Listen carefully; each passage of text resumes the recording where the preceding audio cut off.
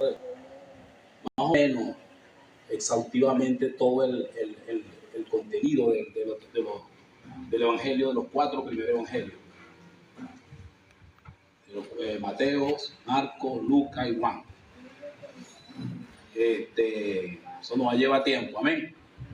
Eso nos lleva tiempo, pero ver las riquezas y las cosas que están aquí con respecto al Señor nos va a permitir entender más el Evangelio, nos va a permitir conocer más al Señor. Conocer al Señor, esa es la riqueza que nosotros tenemos. La riqueza que nosotros tenemos no tiene que ver con asuntos materiales, ni siquiera físicos, ni siquiera, sino tiene que ver con el conocimiento de Él en nosotros. Es poder nosotros ver lo que Él nos ha concedido a través de Él mismo a nosotros, ¿ok?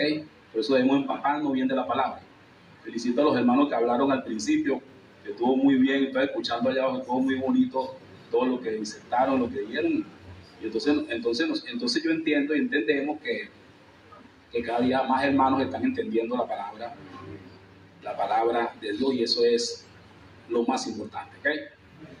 Cuando vimos el Evangelio de Mateo, nos paramos como 4 semanas estudiando el caso de la genealogía y todo lo que esto significaba.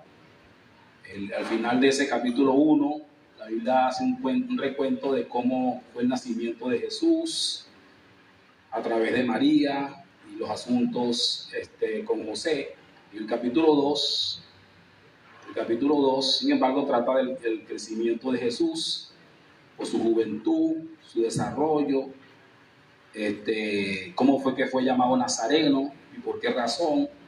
En ese capítulo 2 también está la intervención de los magos gentiles que buscaban adorarle, que vinieron de Oriente, buscaban adorarle, todos estos misterios y todas esas cosas, y todo eso que está allí, vamos a revisarlo. Pero nosotros vamos a irnos hoy, vamos a subir un poquito más al capítulo 3. Vamos a subir al capítulo 3, vamos a situarnos en el capítulo 3. Desde allí vamos a revisar algunas cosas que tienen que ver con el capítulo 2 y el capítulo 4 y el capítulo 5, ¿ok? Vamos a leer primero, vamos a leer el escrito sagrado, dice de la manera siguiente. En aquellos días, capítulo 3, verso 1, en aquellos días, Juan el Bautista apareció en el desierto de Judea predicando y diciendo, arrepentíos porque el reino de los cielos se ha acercado. Pues este es aquel de quien se habló por medio del profeta Isaías cuando se dijo, voz de uno que clama en el desierto, prepara el camino del Señor y enderezad sus sendas. Y un vestido de pelo de camello y un cinto de cuero alrededor de sus lomos, y su comida era las botas y miel silvestre. En ese entonces salía a él y toda la región alrededor del Jordán, y eran bautizados por él en el río Jordán, confesando sus pecados.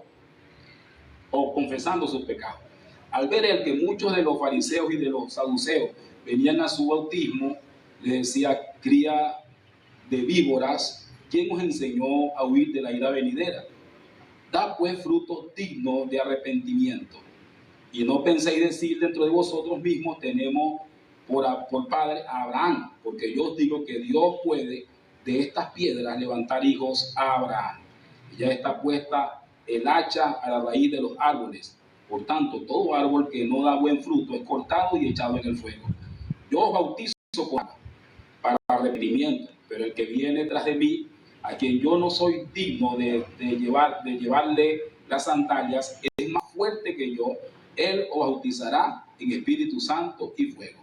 Su aventador está en su mano y limpiará completamente su era y recogerá su trigo en el granero, pero quemará la paja con fuego inextinguible. Aleluya. Entonces Jesús vino en Galilea a Juan al Jordán para ser bautizado por él. Mas Juan procuraba pedírselo, diciendo, yo soy quien necesito ser bautizado por ti y tú vienes a mí. Pero Jesús respondió y dijo, permítelo por ahora, pues conviene que cumplamos así toda justicia. Entonces lo permitió. Jesús, después que fue bautizado, enseguida subió del agua, y aquí los cielos le fueron abiertos y vio al Espíritu de Dios descender como paloma y venir sobre él.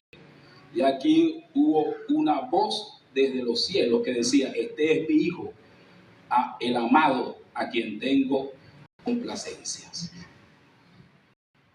Gloria al Señor. Bueno, este capítulo 3 contiene en primer lugar Juan el Bautista. Este personaje es un personaje muy importante en el Evangelio, Juan el Bautista. Porque Juan el Bautista, como ya estaba profetizado, ya había anunciado los profetas, como cita Mateo cita que este mismo Juan era de quien habían hablado los profetas, cuando habían dicho: la voz que clama en el desierto y que prepara el camino para que camine, prepare el camino para el Señor. Ya habían hablado, ya los profetas habían hablado de Juan, hasta que por fin apareció Juan el Bautista. Se llama Bautista porque centraba su meditación en el arrepentimiento y el bautismo en agua. Juan inició el bautismo en agua. Realmente el bautismo en agua inició con Juan. Y no solamente inició Juan el bautismo en agua, sino que Juan inició la predicación del Evangelio. Realmente el Evangelio de la gracia no empezó cuando Jesús murió, ni empezó cuando Jesús resucitó, ni empezó en el aposento alto cuando los 120 fueron llenos del Espíritu Santo, ni empezó cuando empezaron a predicar por toda Judea. El Evangelio de Dios comenzó con la predicación de Juan el Bautista. Justo en los días que apareció el Señor, empieza a predicar Juan el Bautista.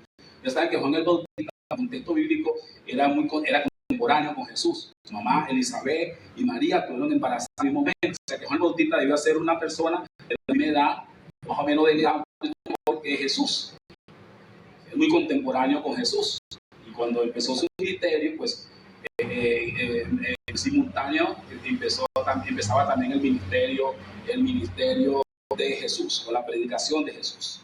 Juan el Bautista fue colocado ahí exactamente para iniciar, para abrir la puerta, para ungir al Señor. Juan el Bautista fue que ungió a Jesús. Cuando lo bautizó, eso refería a la unción que recibió Jesús. Porque dice la Biblia que cuando Jesús se levantó del agua, dice que el Espíritu vino en forma corporal como una paloma, o sea, fue ungido ahí en el Jordán. ¿Aló?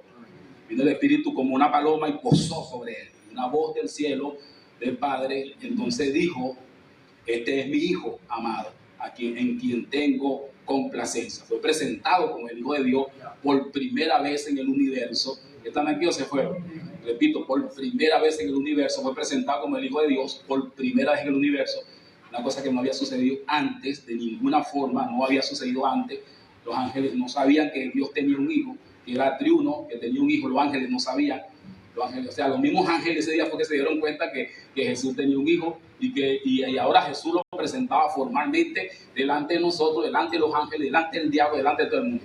Y miren usted que el primero que se quedaría loco cuando vio esa presentación de Jesús fue el mismo Satanás. Porque el mismo Satanás precisamente se había convertido en Satanás porque ostentaba el puesto del primogénito del cielo. Satanás quiso ser el primogénito del Padre, o sea que Satanás quiso sentarse a la cabeza del Padre, un puesto que tenía que tocarle al Hijo de Dios, al Hijo del Padre. ¿Aló?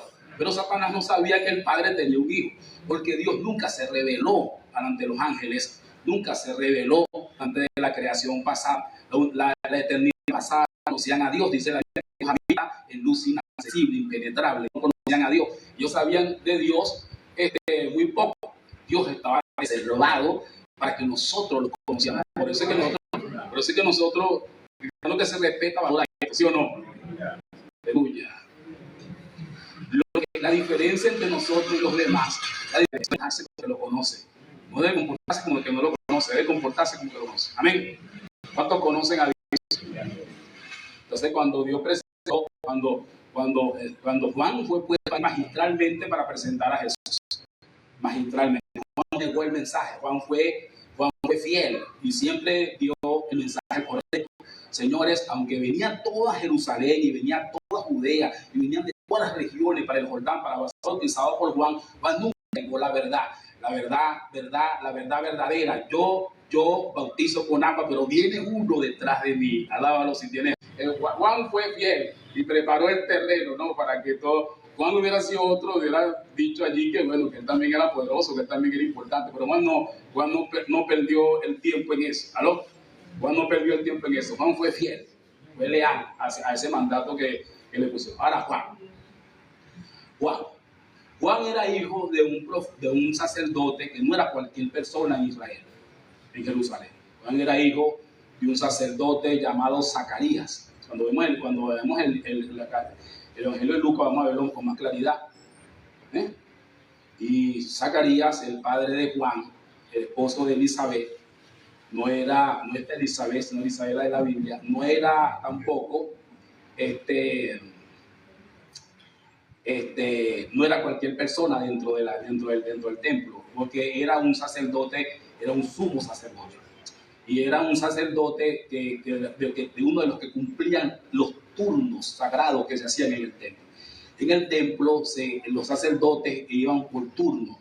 Esos turnos habían sido establecidos por el rey David 2000 años antes que él, 3000 años antes que nosotros. El rey David había establecido los turnos que se iban a cubrir, que se cubrían en el templo sagrado. Ese templo, el templo de los judíos, el templo santo, esos sacerdotes entraban al templo por turno, ¿no? Habían varios turnos. Zacarías cumplía como que era el octavo turno de esa liturgia, de ese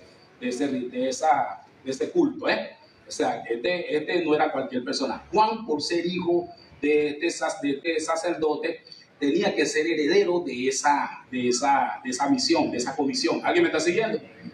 Tenía que ser heredero. O sea que cuando Juan nació, el futuro de Juan era el templo santo, el templo sagrado. Porque era el futuro de Juan, porque Juan tenía que cubrir ese puesto por ser descendiente levítico de Zacarías, su padre. Entonces, sabes que los sacerdotes tampoco eran cualquier persona, porque había una línea de sacerdotal que era la tribu de Leví. O sea que el sacerdote, el padre de Juan, tenía que ser un hombre de esa línea, de esa familia, de esa tribu, de la tribu de Leví, para poder ser sacerdote. Quiere decir que a Juan le correspondía, a la desaparición de su papá, o al terminar su papá, Juan le correspondía ocuparse en el templo sagrado de ese turno, hermano, que ya se había dado por cientos de años, miles de años. O sea que Juan era un hombre pesado, ¿sí o no? Era un hombre pesado, y era un hombre que, según los judíos, tenía una bendición encima tremenda. Yo le dije a ustedes que de los hijos de Jacob, de esos 12 hijos de Jacob, 3 se quedaron con las bendiciones especiales. Por ejemplo, Judá se quedó con la bendición de la primogenitura, ¿verdad? Leví se quedó con la bendición sacerdotal. Quiere decir que Cristo venía en la línea de Judá, y los sacerdotes venían en la línea de Leví. Todas esas líneas eran intocables. Juan venía de esa línea.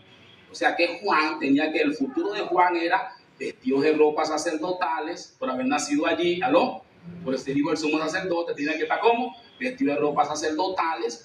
Él tenía que estar metido en el templo, caballero, adorando y cumpliendo el octavo turno que tocaba allí en el templo. Eso no era cualquier cosa.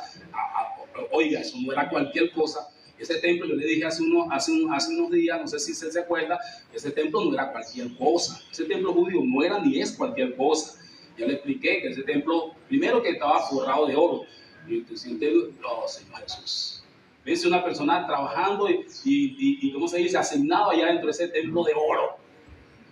Como que digan, usted, oye, tú trabajas y estás asignado y eres dueño de ese templo de oro.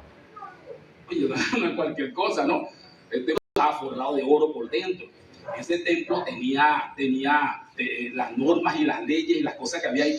La peregrinación de todos los israelitas, judíos que iban a ese templo todos los años era impresionante. Al punto que ese templo tenía su propia moneda. Cuando tú llegabas allá, eso era como un Vaticano, eso era como un país, como un estado.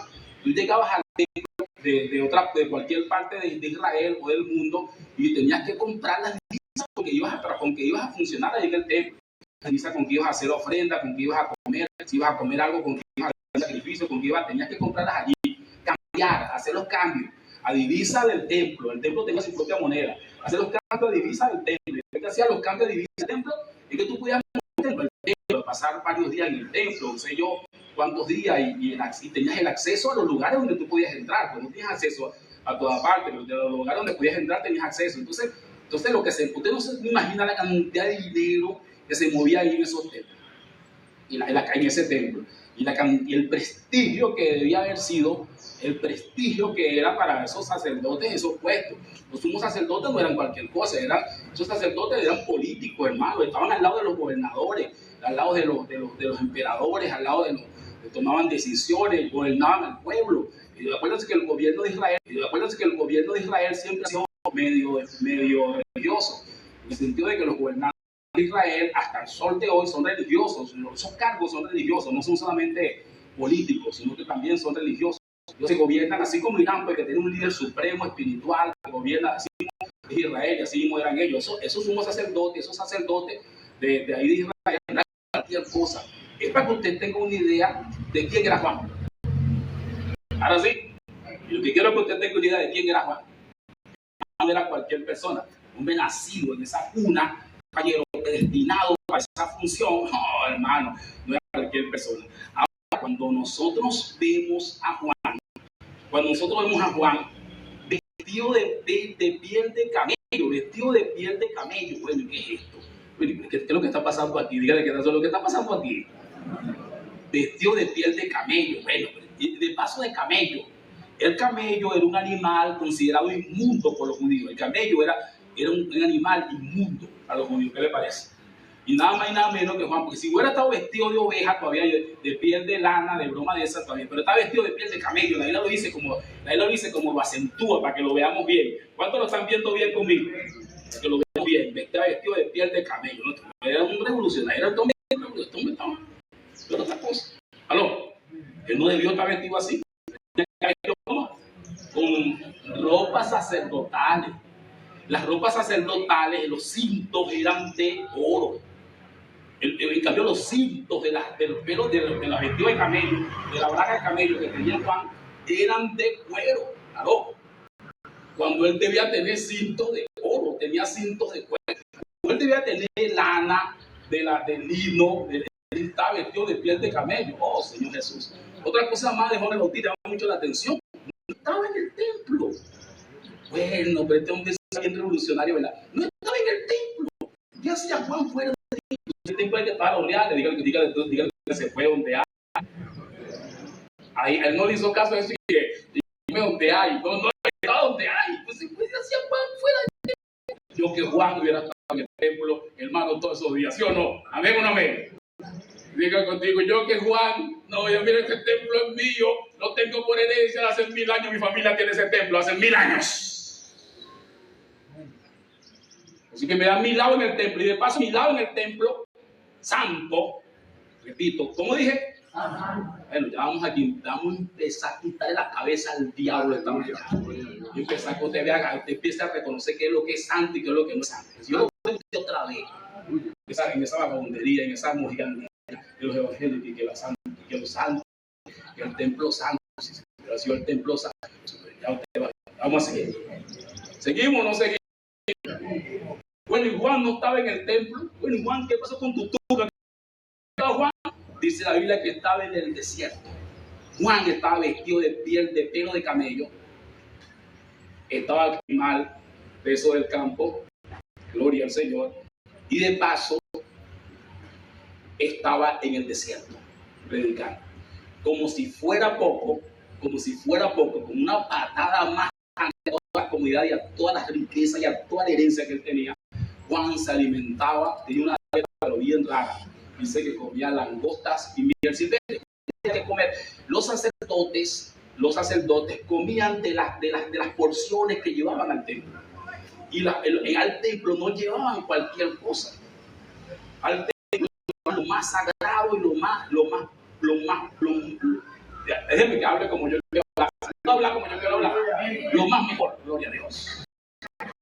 Lo más mejor lo más mejor de las ovejas, lo más mejor de las cabras, lo más mejor hoy sábado, todo lo más mejor. Los animales que se llevaban para el templo eran sin defecto, eran cosas sagradas, eran cosas especiales. Ahí está. Para que usted tenga una idea, dice el texto que Samuel, que Salomón se presentó en Gabaón. Cuando Salomón se presentó para adorar a Dios en Gabaón, dice que ese día sacrificó 1000 toros delante de Dios en el altar. ¿Cuánto fue que sacrificó? 1000 cebú, aleluya, se ha dicho pura carne de lomito de la mejor. Lo sacrificó en el altar. ¿Y qué hacía Juan comiendo miel silvestre y langosta? Si Juan tenía las mejores comidas, Juan debía tener las mejores comidas, las mejores viandas, las mejores ropas. Juan debía estar en el templo. Juan debía tener un puesto en el templo, porque el papá era octavo en el turno. El turno era un turno que tenía 1000 años haciéndose, que había empezado a traer el rey David. Para que usted tenga una idea. Ahora vemos a Juan vestido de piel de camello, con un cuero de cinto, como si él fuera de aquí del delirio, o del banquito, de broma. Puede decir el delirio, pero no es por usted, yo también soy de allá. No se me ofenden, porque bueno, se está cayendo también, le cae la saliva también. Bueno, nadie puede decir, pues, que no es de Tagua. Mi mamá era de Bulgo, de Bulguillo, de allí. Mi mamá se crió en Bulguillo. Y ahí el Bulguillo allí. Por cierto, yo podía reclamar, porque mi abuelo tenía una casa, y eso no me aceptó. Mi abuelo tenía su casa y mi mamá se crió ahí en Bulguillo. Cualquier momento voy para allá con un machete. Esto está de moda, está reclamando broma, y vamos a seguir la corriente de Donald Trump. Gloria al Señor. Bueno, más vestido de piel de camello, con cinto de cuero, comiendo langosta y miel silvestre, y de paso Juan establece su centro de predicación en el desierto y se separa del templo. Ya en ese momento, ¿qué te está diciendo la Escritura? ¿Qué te está diciendo la Escritura? Que ahí no hay nada. No hay nada, volteate que está a tu lado, no hay nada. Ya no. Tú sabes que todavía los evangélicos sí que entendieron que la tierra santa del Jordán, hay una cuanta gente que le gusta estar bañando con tierra santa de yo no sé dónde, con tierra, diga que no hay nada. Eso es mentira, no hay nada. Y primero que fue Juan, nada más y nada menos que el iniciador del Evangelio de Cristo. El iniciador del Evangelio, el primer pregonero, el Evangelio de Cristo, el Evangelio de Dios. La gracia, el llamado a arrepentirse, porque no hay gracia, no hay arrepentimiento si no hay gracia. ¿Por qué Juan llamaba a arrepentimiento? Porque había gracia. Porque Juan no puede llamar arrepentimiento si no hay gracia, porque entonces Juan no puede decir vengan, no tenía que decir vengan, arrepiéntese porque se va a perdonar. Entonces, si Juan empieza a decir que se le va a perdonar, ya empezó el Evangelio de la gracia, el Evangelio de que perdona, amén, gloria al Señor. Es decir, Juan es el iniciador del Evangelio de la gracia. Juan es el iniciador del Evangelio de Cristo. Juan es el final de la dispensación antigua, de la dispensación del Antiguo Testamento. El final de esa dispensación es Juan. Entonces, Juan es el último profeta del Antiguo Testamento. Juan cerró a los profetas del Antiguo Testamento. Cerró esa línea de profetas. No hay más profetas en el Antiguo Testamento. Juan es el último de esos profetas. Entonces, y está abortando, no sé si la palabra está detractándose, apartándose de todo, teniendo todo el derecho legal, genético, espiritual, religioso, político, todo derecho lo tiene igual. A mí me dan mis cintos de oro, a mí me dan mi puesto en el templo, a mí me dan mi traje, a mí me dan mis animales engordados, a mí me dan todo eso. Renunció a todo eso, hermanos. ¿Y por qué renunció Juan a todo eso? Porque es el iniciador del Evangelio de Dios. Él renunció a todo eso para que nosotros tuviéramos claro y completa certidumbre de que nosotros no tenemos nada que ver con nada de eso, ni siquiera nos interesa. No somos ni medio judíos, ni en parte judíos, ni un poquito judíos, ni judíos tampoco somos. De ninguna manera, no somos nada de eso, ni nos interesa eso. Nacimos en el desierto, bajo otras reglas, con otras normas. Vemos riquezas en Cristo. No nos interesan las herencias políticas, ni religiosas, ni humanas, ni las sucesiones tampoco. No nos interesan las sucesiones. Vaya a averiguar quién era el papá de David Zambrano. David Zambrano, hijo de Ramón Achique. No pueden seguirme por la línea de Ramón Achique, pero Ramón Achique no me reconoció. Hijo de Aníbal Zambrano. Oye, se van a encontrar con un tremendo problema cuando vean que Aníbal mide 1,60 m, mide 1,80 m, 400 m, es blanco, yo soy negro. Es un problema. De Laura. ¿Y Laura con quién? Bueno, Laura, nada, nosotros no tenemos familia, no tenemos nada, nosotros no merecíamos estar aquí. Nada. ¿Dónde se crió? No, ese tipo se crió para hacer eso. Ese tipo lo adoctrinaron y lo llevaron. A David Zambrano, ese tipo lo fueron llevando. Nada, no lo llevaron, nada. Salimos del desierto. Venimos de Cristo, solamente Cristo.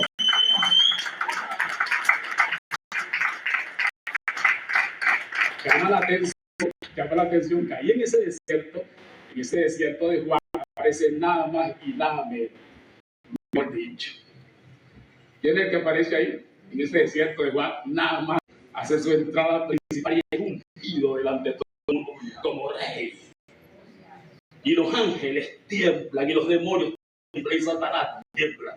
Y los reyes temblaron, y el mundo tembló, porque los reyes magos habían venido y se habían entrevistado con Herodes y habían dicho: van a ser en estos días mismos su estrella, aleluya. Y él lo dijo: sí, pero ¿quién van a ser? ¿Quién es ese tipo? ¿Y cómo lo llaman? No sabemos mucho, pero sabemos que es el rey de los judíos, el rey, aleluya. ¿Pero cómo es eso que el rey? Nada más y nada menos. Y Juan, elegante, fiel, poderoso, como tenemos que ser nosotros. Yo sé cuántos Juan hay aquí, ¿no? Nosotros hacemos el trabajo de Juan. El trabajo que hizo Juan para que Cristo viniera por segunda vez, por primera vez, es el trabajo que nosotros estamos haciendo para que Él vuelva por segunda. Nosotros somos el Juan de ahorita. El Juan de ahorita somos nosotros. Gente de la estrada, de todo lo que es religioso, de todo lo que es humano, de todo lo que es sucesión, de todo lo que es legal, de todo lo que es político, de todo lo que es todo. Nosotros estamos delastrados de todo, gloria a Dios, de todo. Diga conmigo que eso es verdad. Lucha. Nacimos en el desierto, somos del desierto. Y ahí en ese desierto es donde vamos a recibir a Jesucristo por segunda vez en esta era. Caminando, gloria a Dios. Bueno, Juan aquí en el desierto, en ese momento, de pronto Juan, como si fuera poco, recibe a su contemporáneo, su familia, según la carne. Jesús. Se abrió el cielo, caballero, cuando Jesús subió del agua. Primero que cuando Jesús vino, Juan estaba tan concentrado, así no va a pasar a nosotros. Juan estaba concentrado en su misión, que Juan no necesitó que el cielo se abriera para saber que ese era. Juan, cuando lo vio, supo que ese era el Hijo de Dios. No necesitó, porque así de nosotros concentrados, tan concentrados que el arrebatamiento no nos va a sorprender. Cuando Jesús se para arrebatar a su iglesia, nos vamos a encontrar despiertos y esperando lo que estábamos esperando. No nos sorprendes. ¡Pum! Apareció el Señor Jesús. A decirle al Señor, bueno, imagínense la escena, ¿no? Cuando que la han pintado muchísimas veces por televisión, cuando Juan está bautizando allí, aparece Jesús en el desierto. Se llama desierto, usted sabe, porque era un lugar rústico. No es cierto porque estaba el río, porque había agua, pero es desierto porque no era un lugar formal, no era un lugar civilizado, no era un lugar de cómodo, no era un lugar importante, no era un lugar desierto. Un desierto es porque no había nada, pues, no había nada allí. Gloria al Señor. Juan se había declarado de todo, absolutamente de todo. Hermano, mire, voy a ver si me... Gloria al Señor. Es impresionante que el mundo evangélico, la cristiandad,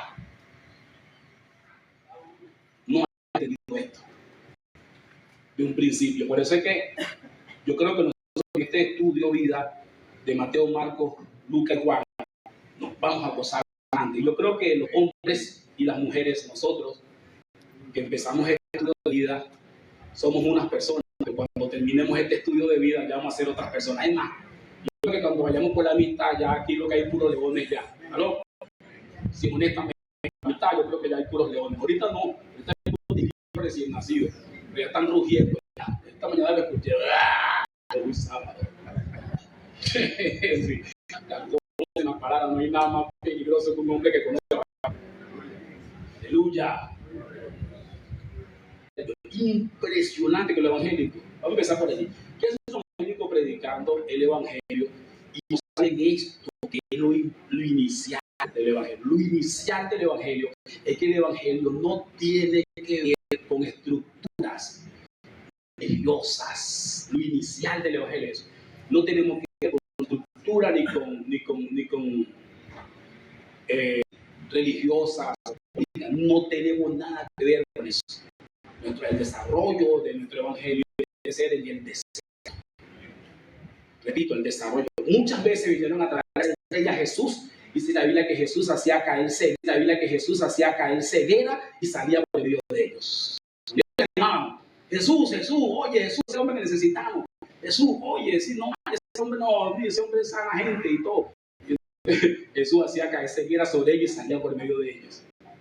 Jesús no, o sea, el evangelio tiene que estar completamente cerrado de toda esa estructura. Es impresionante que los hermanos no sepan eso. En estos días yo vi por un TikTok al hermano Guillermo, que había sido lo grandioso que había sido el momento que ellos acaban de vivir, una vez que fueron y oraron y impusieron las manos y oraron por Donald Trump.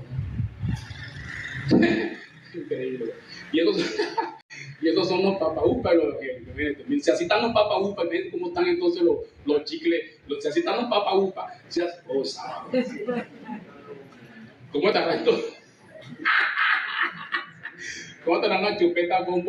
Si los papaupas, mira cómo están los papaupas, lávalos si tienes ánimo. Los papaupas están locos, se endemoniaron, cogieron el camino correcto. Aunque Dios está mostrando el camino desde Juan Dios está mostrando el camino, ellos cogieron otro camino. El camino de la oposición, el camino de la estructura política, económica, religiosa, el camino de los templos. Muchachos, de los templos.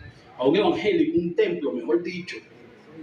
No, yo me acuerdo cuando yo llegué a la iglesia de Peña de Oré, muchacho, con el evangélico, el templo, muchacho, mejor dicho. Yo me acuerdo que de una vez a mí me chocó eso, Claro, yo había nacido en un hogar evangélico, no voy a negarlo. En un lugar evangélico, yo conocía, pues, a mí me llevaban para la iglesia cuando estaba pequeño. Todavía me acuerdo donde mi mamá nos cargaba. Sí, señor, me acuerdo donde mi mamá nos cargaba. Cargaba a Tatán primero y después me cargaba a mí. Cada uno pesamos 60 kilos, teníamos 7 años. Sí, cargaba a Tatán y yo iba atrás pidiéndole que el turno mío, y después soltaba a Tatán y me cargaba a mí. Yo me acuerdo cuando veníamos caminando de allá de la calle Coromoto. Mejor dicho. Y muchacho, para eso de evangélico un templo. Yo me acuerdo cuando yo estaba pequeñito, uno no podía acercarse así, porque ellos decían que este lugar que está aquí, ellos lo llamaban el púlpito, mejor dicho. Y una persona que no era bautizado, porque no podía acercarse aquí al púlpito, ni siquiera tocarlo. Muchacho, mejor dicho, lo excomulgaban de la iglesia, porque decían que este lugar era sagrado y que era el lugar santísimo. Y ellos decían incluso que cuando los hermanos oraban, tenían que voltear la silla de frente al púlpito. Los hermanos oraban, tenían que arrodillarse, tenían que voltear la silla de frente, no podían orar y voltear por otro lado. Yo estaba orando, volteado por otro lado y me ganó un negro, eso no fue aquí, eso fue en La Guaira, me ganó un negro que era diácono, me acuerdo un señor gordito así como yo, me agarró y me tocó por aquí, ¿qué pasó? Y le dije, no, está orando. Me hizo así la selva, que me volteara de frente al púlpito. Ya, bueno, perdón, Dios está allá, sí, aquí está. No, perdón, yo no sabía, porque mi silla está allá. Pero yo me acuerdo, yo estaba pequeñito en el Señor. Yo debía haber tenido en esa experiencia 22 años, 23 años, 24 años, por ahí debía haber tenido yo en esa experiencia con La Guaira. Y yo sabía que no era así. Ellos tienen que saber que no es así. El mismo espíritu debe decirle que no es así. El juicio común, no sé cómo puede llamar usted, debe decirle que no es así. Dios está en todas partes. O sea que hay un lugar sagrado que es esto. Porque el templo de los judíos mudaron a su religión, formaron una religión mudando las ideas de allá, ¿me entiendes? Para acá. Pero eso es que los angélicos, los más grandes, los más quilúos, los que consiguen más plata, ellos se esfuerzan por tener sed, Mercedes. El día estaba el mismo Guillermo Maldonado diciendo, jactándose, diciendo que cuando yo llegué aquí, yo soy un hombre con un poder tremendo, porque él decía que él tenía un manto. Dice que él tiene un manto. Debe haber sido el manto que despreció Juan el Bautista. Él dice que él tenía un manto y que ese manto poderoso para transmitirse a la gente tiene que darle plata a él. ¿Aló? Y yo viendo bien a y a mí me convienen esas enseñanzas. A ver si se sacó algún churupo esos hermanos que son tan tacaños. ¿Aló? Pero eso es que también se muevan esas enseñanzas, porque dicen, a veces sacamos plata, porque uno aquí, a veces sacamos plata, porque uno aquí, dale. Hello. Entonces decía que ese manto que él tenía, entonces él decía que cuando yo llegué aquí a Miami, donde tiene la sede principal, ahora tiene sede en toda Venezuela, en todo el mundo, en varios países del mundo. Entonces él dice que cuando yo llegué aquí a este lugar, aquí lo que había era esto era un naranjal, decía, y ya hemos construido un templo, el Señor, un sueño de Dios, de paso que sí que es el sueño. Construimos un salón con capacidad para 10,000, 20,000 personas, mejor dicho. ¡Ah! Todo el mundo aplaudiendo allí, temblando. ¡Ay, gloria a Dios! Tremendo hombre de Dios. Y bueno, está bien. Nosotros vamos con Juan el Bautista. Van conmigo con Juan el Bautista. Vamos por ahí. Díganle que nosotros vamos por el lado de Juan el Bautista. No hay ningún registro en la Biblia. Ningún registro, ni el más pequeño. Ningún registro. Como dije, ninguno. Se vale decir ningún, así, rústicamente. No hay ningún registro en la Biblia, ni siquiera el más pequeño, que diga que los apóstoles del Señor construían templos. ¿No les parece un poquito extraño eso? Y Juan construyó un templo en Éfeso con capacidad, y Pedro construyó en Jerusalén, y se juntaron los grupos, y tenían yo no sé cuánto, y construyeron allá en Antioquía un lugar con él. No lo dice en ninguna parte. ¿Cómo se reunían? Pero no le daban importancia a eso. Porque eso no es importante. Nosotros, como iglesia de Dios, vamos a tener aquí lo que necesitemos, si Dios nos lo da. Por ejemplo, nosotros estamos aquí, y este lugar es nuestro, este lugar es casi nuestro, y para los que no están pagando empiecen a pagar. Varios hermanos que por cierto están pagando $10 mensuales para cancelar completamente este lugar. Este lugar es nuestro. Este lugar no es nuestro, pero nosotros hicimos un esfuerzo por tenerlos. Dios nos lo regaló. Nosotros pagamos $500 mensual y no pagamos ningún inicial y ya hemos pagado esto. Y este se porque terminemos de pagar para mudarme para acá. Esta parte de aquí es mía, la parte de aquí, la parte de allá abajo, ¿aló?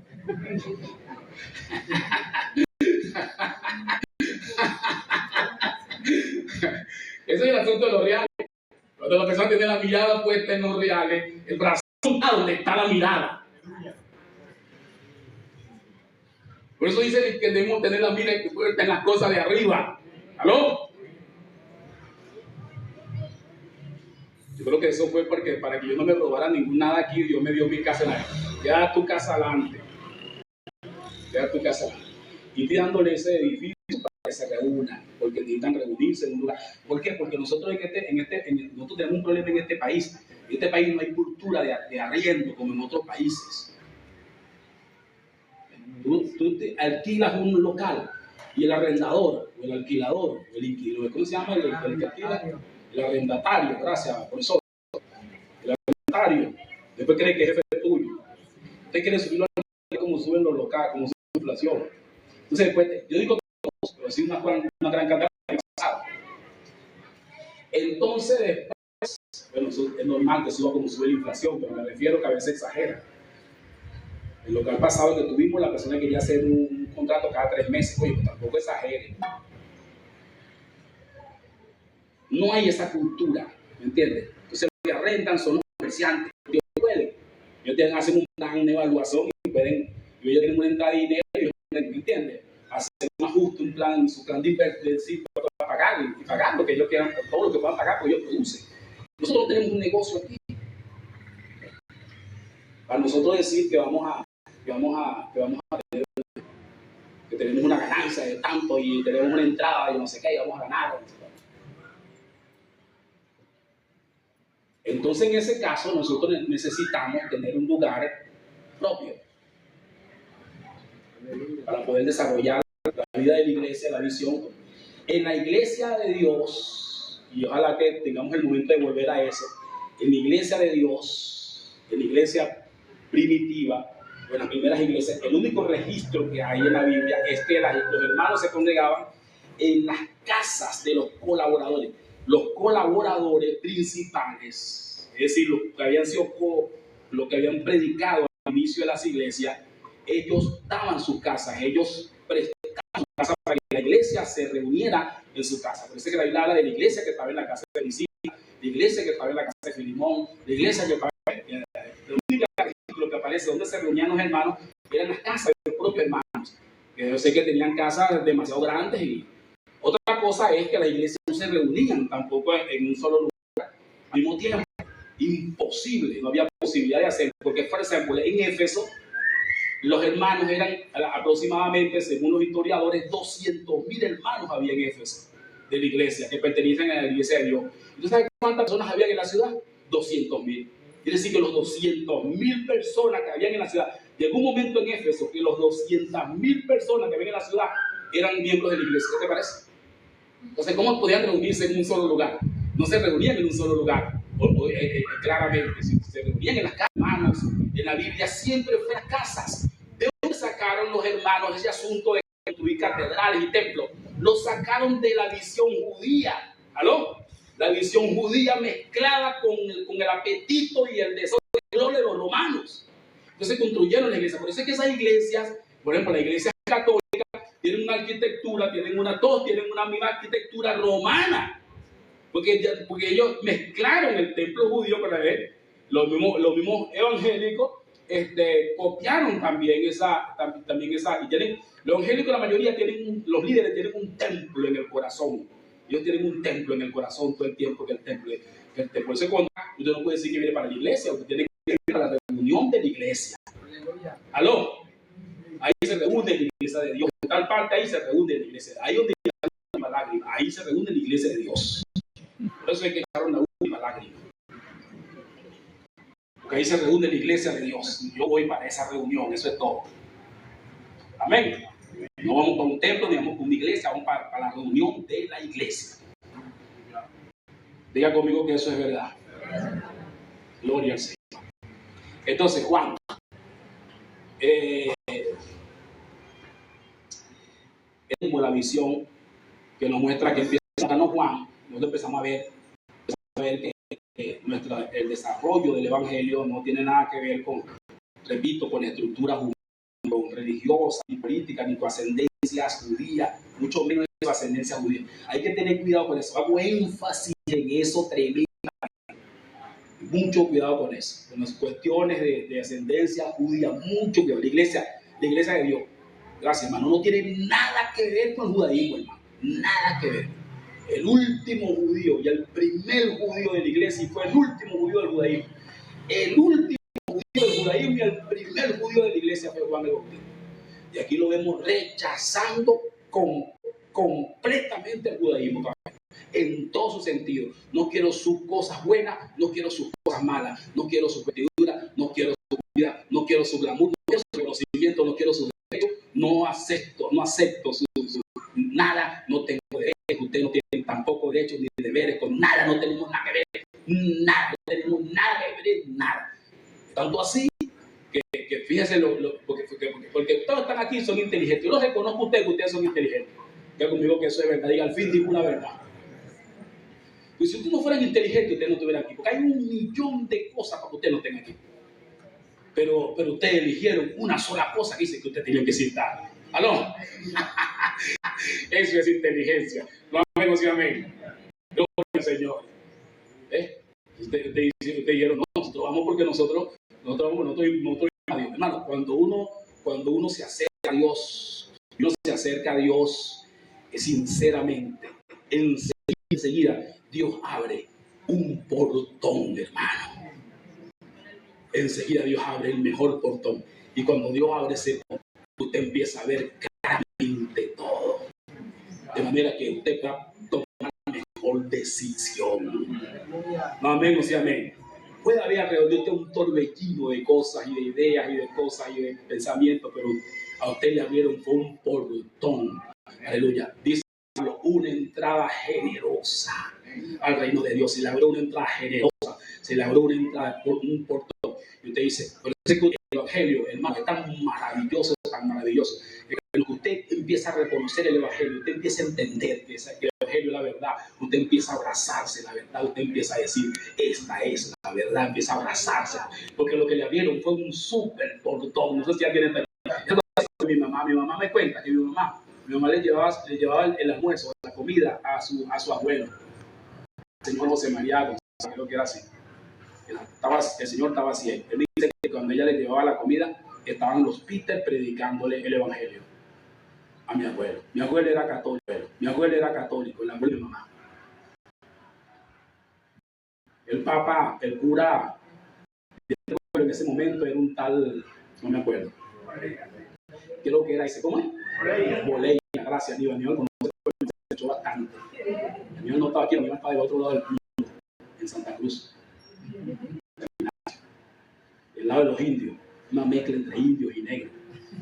Siempre sale algo bueno cuando nosotros nos mezclamos. Por eso es que nosotros, después hablamos de eso.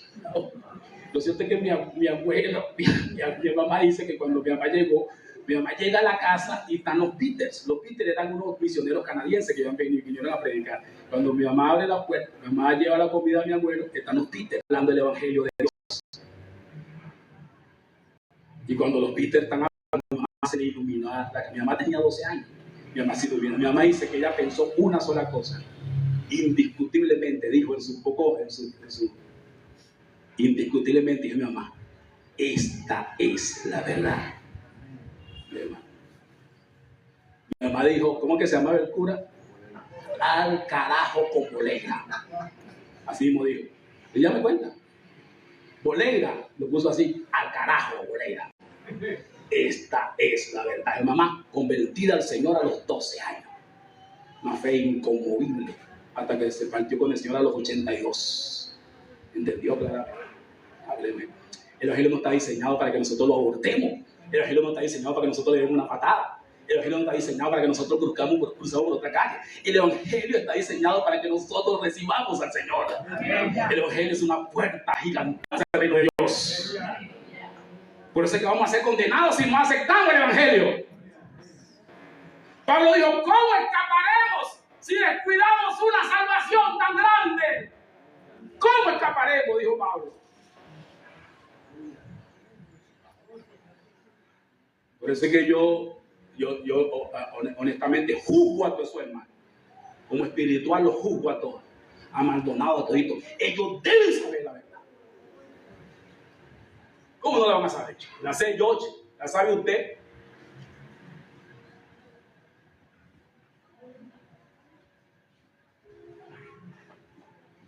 No diría alguien por allá, bueno, porque si Chopin entendió eso, ¿cómo no lo voy a entender yo? ¿Aló? ¿Entendió Juan, chico? ¿Ah? Bueno, Juan es mejor Bautista, Juan Juan lo cuido. ¡Lucha! My God. ¿Entiende Luis Manuel, chicos? Luis Manuel está descargado, ¿viste? Es un trabajo exhaustivo. Está descargadito Luis Manuel, por favor, una comisión que haya buscado Luis Manuel. ¿Entiende Luis Manuel? Luis Manuel no oye, no, Luis Manuel, viene acá, Luis Manuel. Yo no sé qué es lo que entiende Luis Manuel. No se sienta ahí. Lo cierto es que Luis Manuel viene para acá. Él dice, este es igual que el Bautista, así que este yo no. Se sienta aquí cuando está otro predicando y que hace así, que empieza a buscar, empieza a rato y sigue. Y se una vez que yo lo quiero alcanzar por ahí, cuando lo alcanzó el intersector, llegó. Así que eso está lleno de callar. Hay una comisión para buscar a Luis Manuel, todo por Luis Manuel, amén. Rescatando al soldado Luis Manuel. Mañana yo voy para allá, mañana yo le voy a reclamar mañana para él.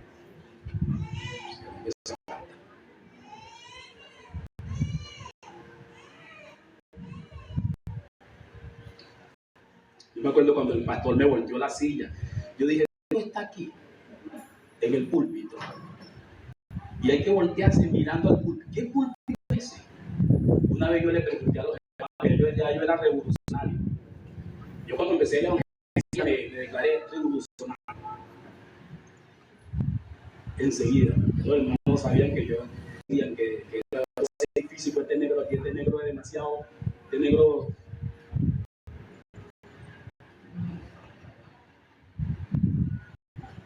No hay que agarrar a los hermanos. Una vez tuve un problema con una hermana, porque el pastor hace el culto 2 veces al día, el domingo en la mañana y en la noche. Entonces en la mañana el pastor dijo, vamos a hacer una oración atando al enemigo, vamos a atarlo.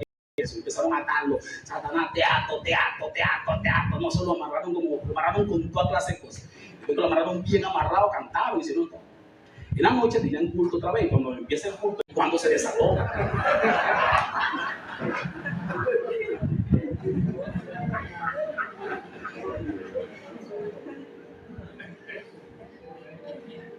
Yo, por ejemplo, hay cosas por las cuales yo no. Antier, por ejemplo, esta misana me estaba preguntando, oye, pero tú, me siento, oye, pero estás orado, ya oras, claro, ya oré, pues sí, ya sigo orando, ya yo oré, ya yo oré. Yo estaba en una cantaleta, una oración de fe todo el día por una cosa que yo sé que ya se hizo, ya se logró, ya se hizo. Yo voy a confesar mi sanidad. ¿Están aquí o se fue?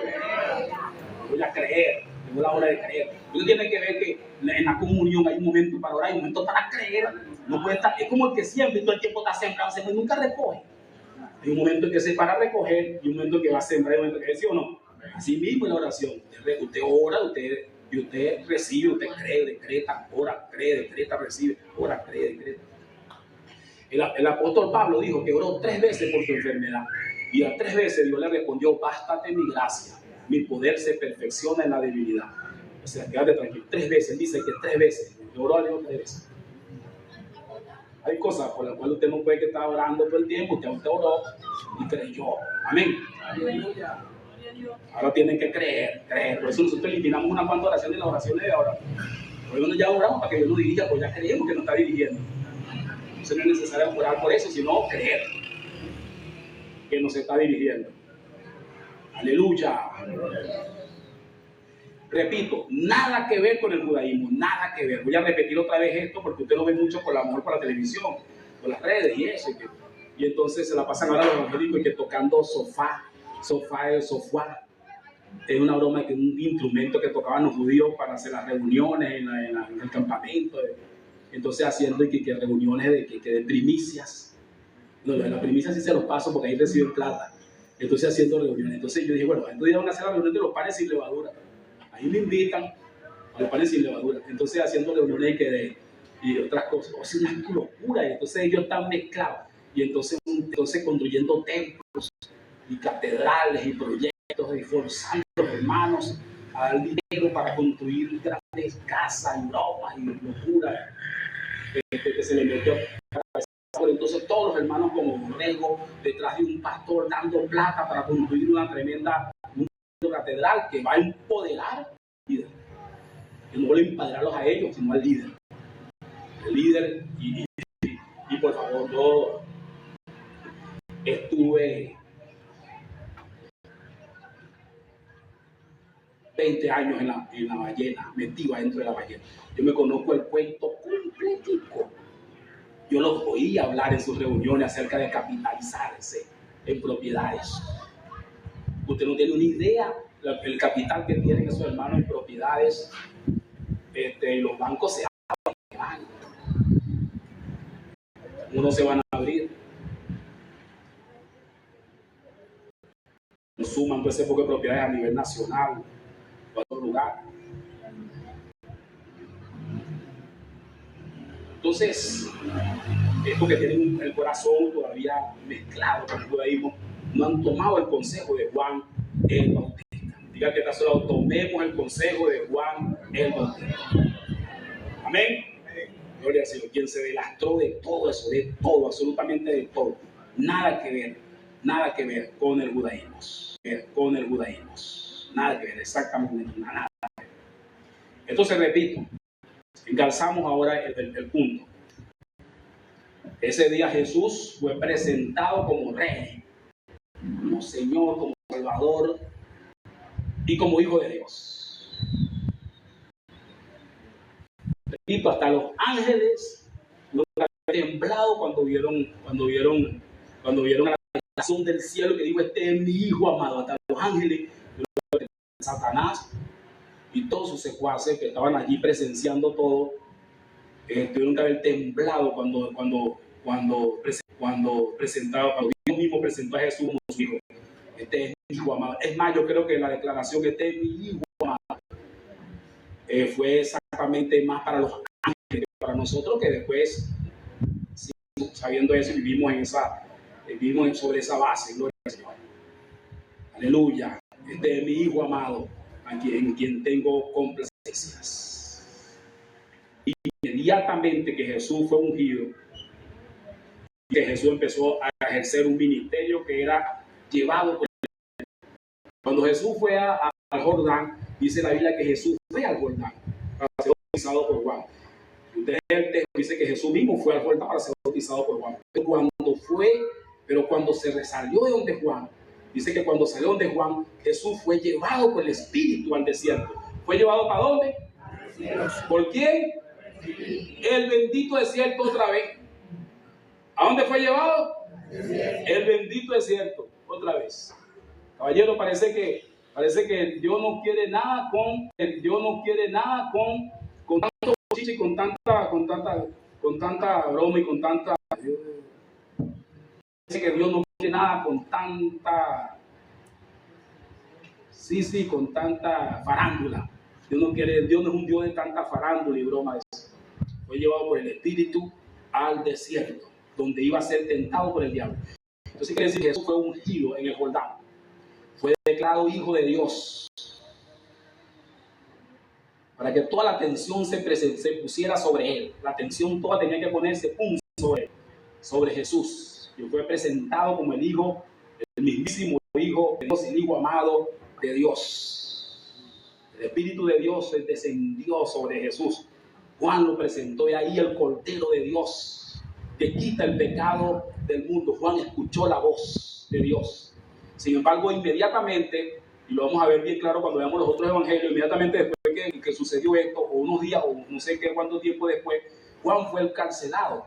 Juan fue sacado de circulación porque cumplió su ministerio, cumplió su función.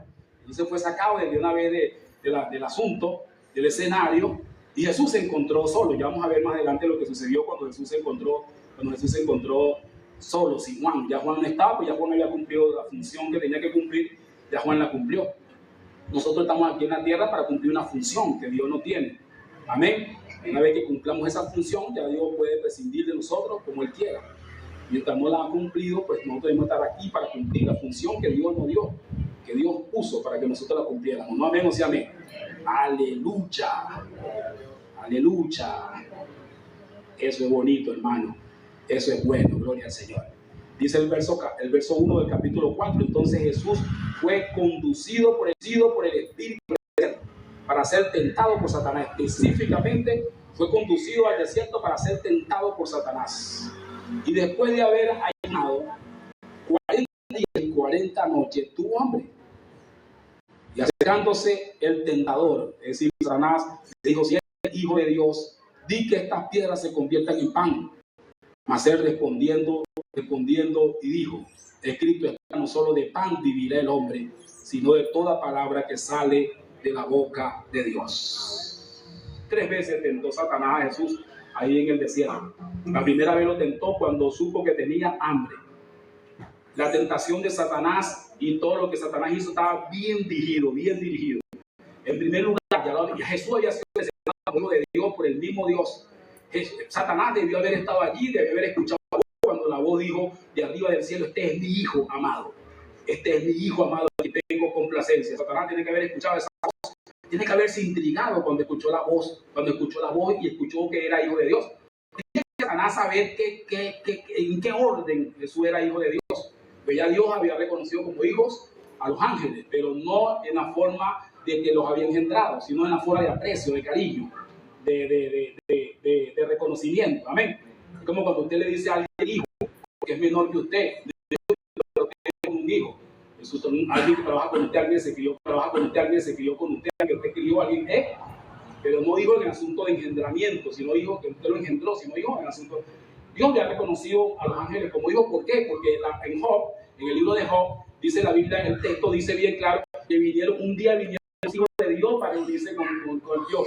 Un día vinieron los hijos de Dios. Entonces quiere decir que ahí los ángeles eran hijos en el asunto, no hijos en condición de como engendrados, sino hijos por el afecto, por el cariño, un conocimiento que Dios le hacía. Entonces Satanás necesitaba saber qué clase de hijo era Jesús.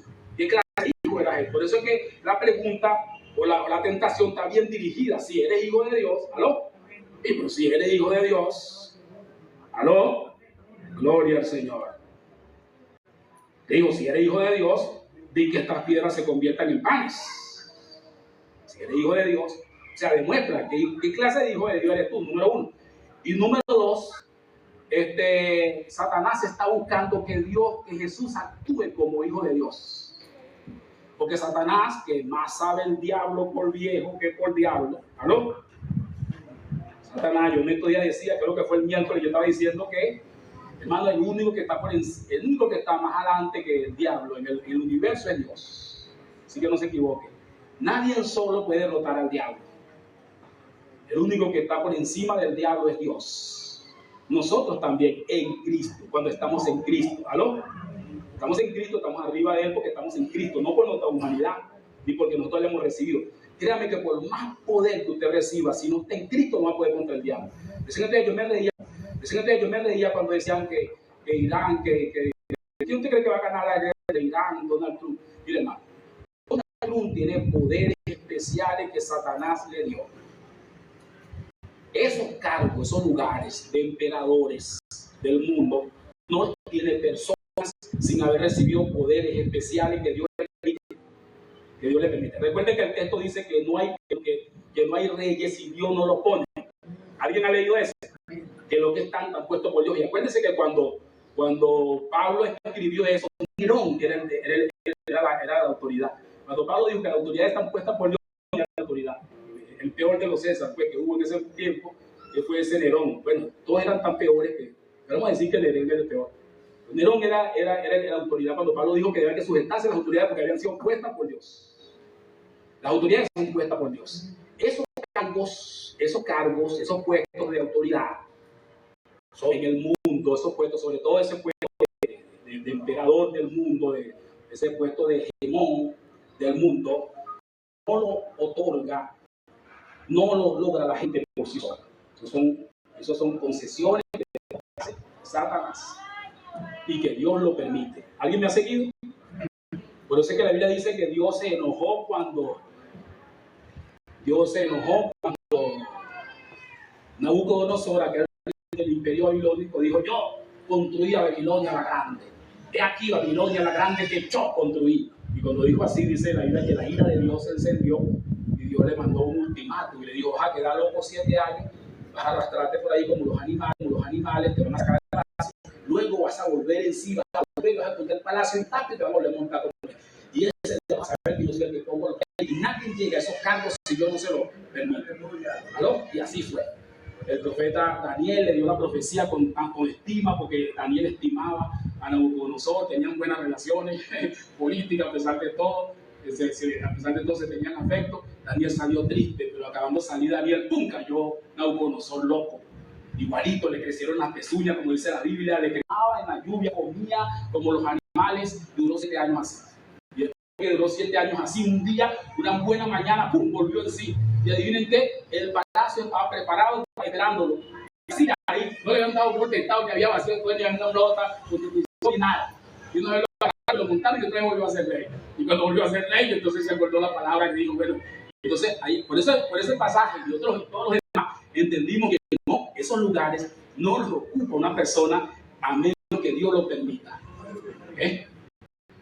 Esos lugares que ellos ostentan, o sea, por Donald Trump, en ese lugar como hegemón, como ese lugar, está puesto allí porque Dios lo permite. Él tiene poderes especiales que Satanás le hizo. La única forma de ganarle es que Dios actúe. Que Dios lo pague.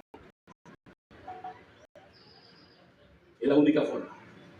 O que Dios se le venza el tiempo y diga, se te venció el tiempo, vamos a montar otro, como el caso de Belsasar, el tercer rey de Babilonia, los utensilios que había robado de la casa del Dios del templo cuando saquearon a Jerusalén, y empezó a emborracharse, a hacer orgías con los utensilios, las copas de oro. Y ese día apareció una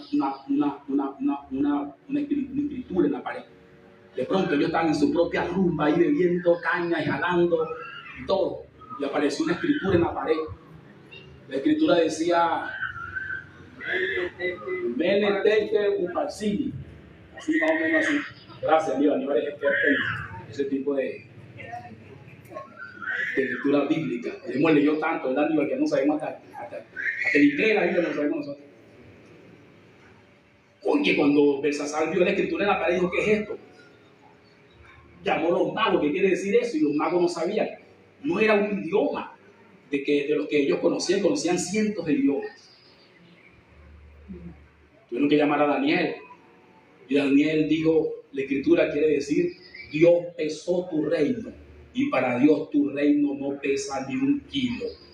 Y Dios te quitó el reino y se lo va a dar a los persas. Ese mismo año entraron los persas.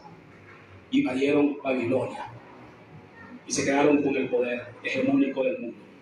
Desde ahí en adelante, esos poderes hegemónicos, usted va entendiendo que los va tomando el diablo, los va tomando el diablo, porque Dios lo permite, lo va tomando el diablo, ¿ves? Y va montando gente.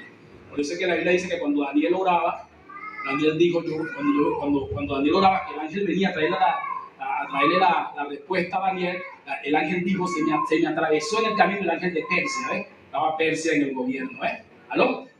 Y entonces él dijo, y Miguel vino a ayudarme. Y quedamos peleando allí, y él quedó peleando allí, yo voy a ayudarlo.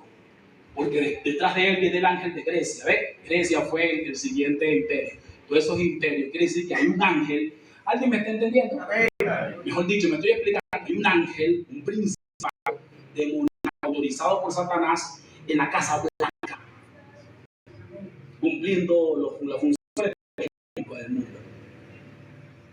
¿O te crees que un ser como Satanás no iba a tener un poder demoníaco en el mundo? ¿Usted cree que un ser príncipe de las tinieblas de este mundo llamado Satanás no iba a ser el líder del mundo?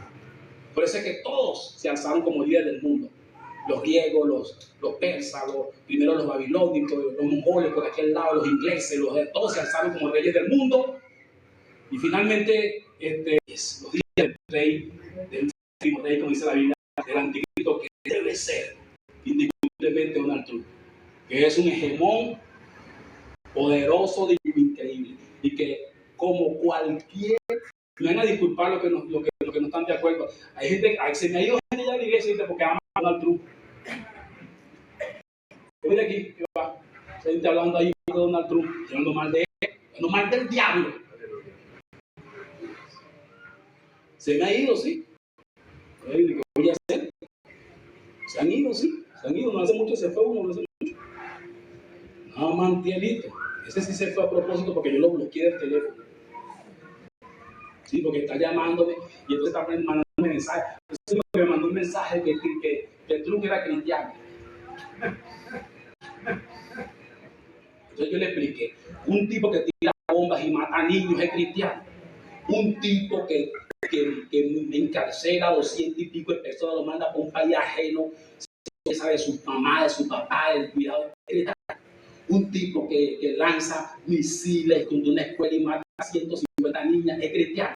Yo tengo más respeto por el cristianismo. Yo, vale, a mí sí me respetas, en el nombre del Señor te lo digo. Respétame, vale, porque yo no mataría ni una mosca, vale, porque soy hijo de Dios evangélico, estamos avergonzándolo por un divorcio. Ellos mataron 1.100 y no sé cuántos niños indefensos en una escuela, chicos. ¿Cómo lo vas a comparar con ellos, vale? ¿En qué tamaño son nuestras faltas, vale? Para que tú los compares con esos demonios, vale. O eres Dios o eres el diablo, vale.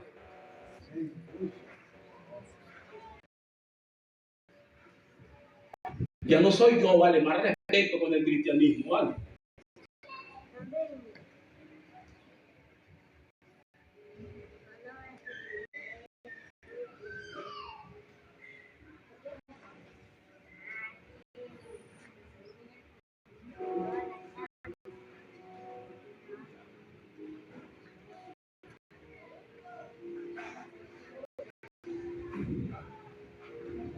Lo agarré, le dije 4 cosas y lo bloqueé. Ya está bueno.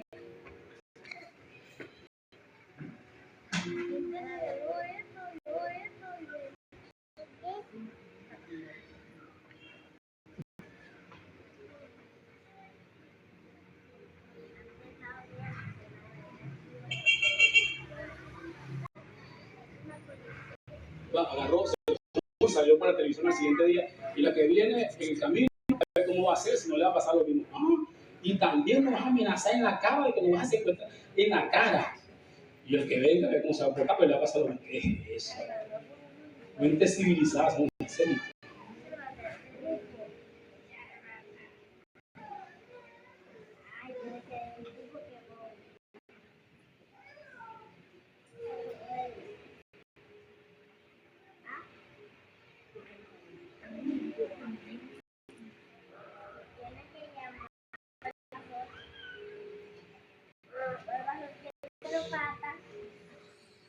Ayer le caímos a palo a esos genocidas. Le dimos hasta en la célula. Hoy no estaba deseoso. Hoy no estaba deseoso. Yo me sentía a ver el juego. Yo quiero ver cómo le caen a palo a los genocidas del diablo. Con todo respeto lo digo porque ni siquiera el autista está allá. Yo no tengo ningún respeto. Amor como se le tiene a todo el mundo. Y no hasta en la célula le digo. Ya tosado, le digo, ¿qué pasa? Sigan pateando. Yo quiero por lo menos un 30, un 33, un 43, porque los bichos se cansaron de darle plomo. ¿Ustedes no vieron el juego ayer entre Venezuela e Israel? Bueno, ¿no viste el juego más entre Venezuela e Israel?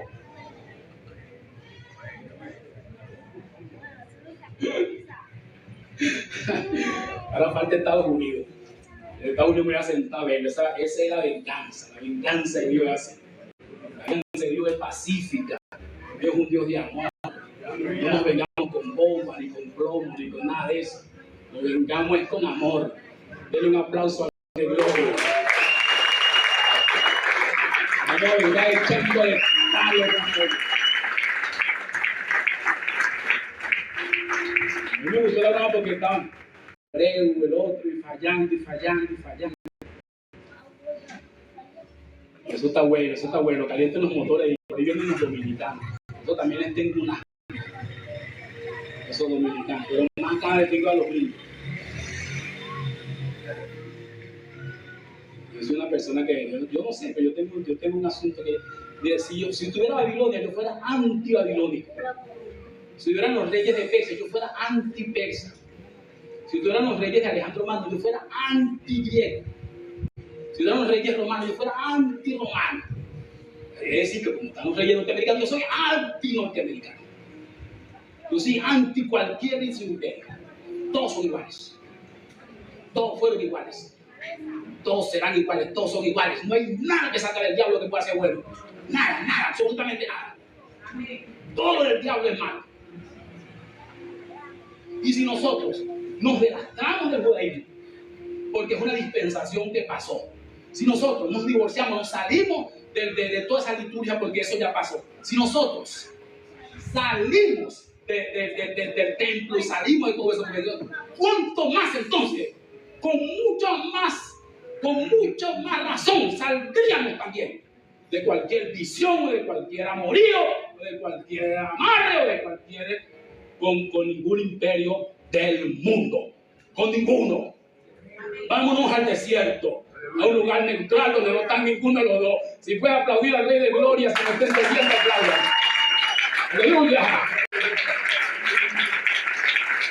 ¡Aleluya!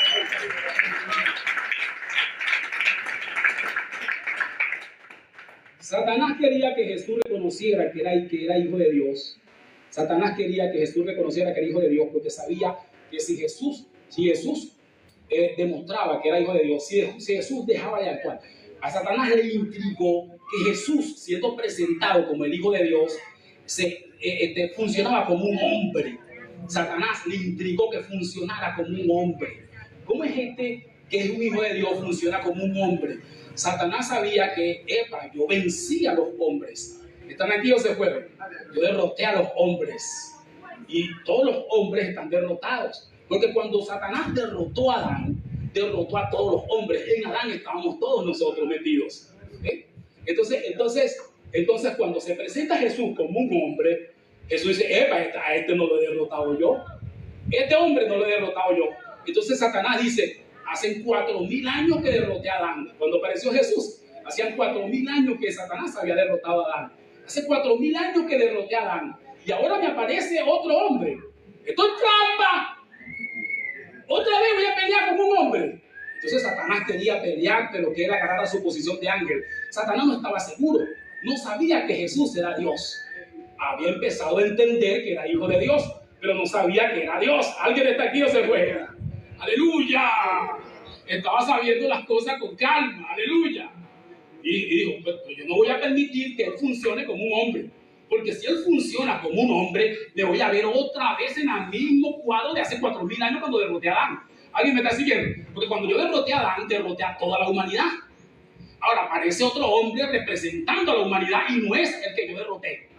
¿Por qué Satanás estaba seguro que no era el que le había derrotado? Porque Jesús no tenía la sangre de Adán. Entonces Satanás sabía que estaba frente a otro hombre. Pero sé que la Biblia dice que Jesús es el segundo hombre. Lo que Satanás no sabía era que Dios en su plan tenía ese otro hombre reservado. De manera que cuando Satanás venció a Adán, Dios tenía otro hombre reservado. Nuestro Salvador. Porque prácticamente lo que Dios estaba diciendo es que fue bien con el primer hombre, pero vamos a ver cómo te va con el segundo. Entonces, Satanás tenía que lograr que Jesús asumiera su condición de hijo de Dios para pelear con él de tú a tú, de ángel a ángel. Vamos a pelear de ángel a ángel. Me estoy hablando de hombre. Vamos a pelear de ángel a ángel, porque sabía que si Jesús funcionaba como hombre, podía rescatar a otro hombre que se había perdido. ¿Se fueron a estar aquí hoy? Y si me vence como hombre, va a rescatar a Adán. Levante su mano derecha y diga, aquí está Adán. No estaba equivocado, aquí está Adán, aleluya. Fuimos rescatados por el segundo hombre que es Jesús. Adán falló, pero Jesús venció y nos rescató a nosotros. ¿Tú tienes ánimo? Vamos.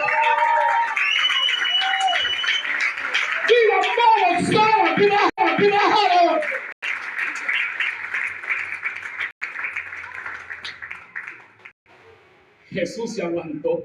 Jesús se aguantó. Jesús tenía la mano en la, Jesús estaba cuadrado. Pero Jesús dijo, no le voy a pegar. No le voy a pegar, voy a funcionar como un hombre. Un hombre. Como un hombre. Como la canción dice, como cordero fue llevado al matadero. Por mi pecado lo clavaron en la cruz. En la cruz. Dice, como cordero fue llevado. Y dice que enmudeció.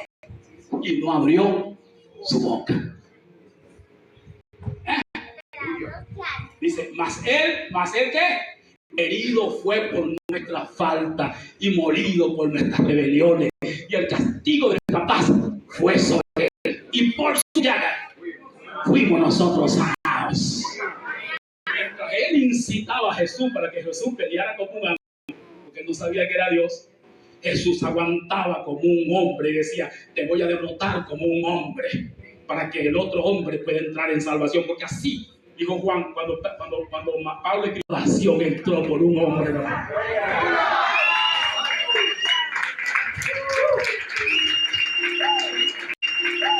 Por eso nosotros tenemos la sangre de Adán, pero estamos en Cristo. Tenemos la sangre de Adán y el Espíritu de Cristo. Ay, si tú eres hijo de Dios, y que esa piedra se convierta en pan, porque sabía que tenía hambre. Dijo la gente, el pez cae por la barriga, caballero. Mire, hombre, la ambucio vale por nada. Aleluya. No, que no puede comer azúcar, que no puede comer esto, que no puede comer aquello, que no puede comer. Mire, hermano, yo le doy un mordisco a todo el cuento de mi camino. Yo una hamburguesota ahí, y entonces que era no, que chico, aquí murió. No, dice el nombre de Dios glorificado.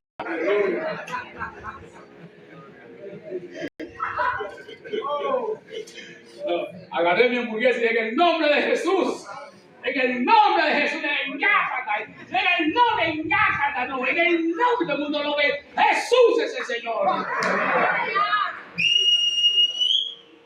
Liquidad, Ya perdió la hamburguesa. Se perdió el huevo por lluvia.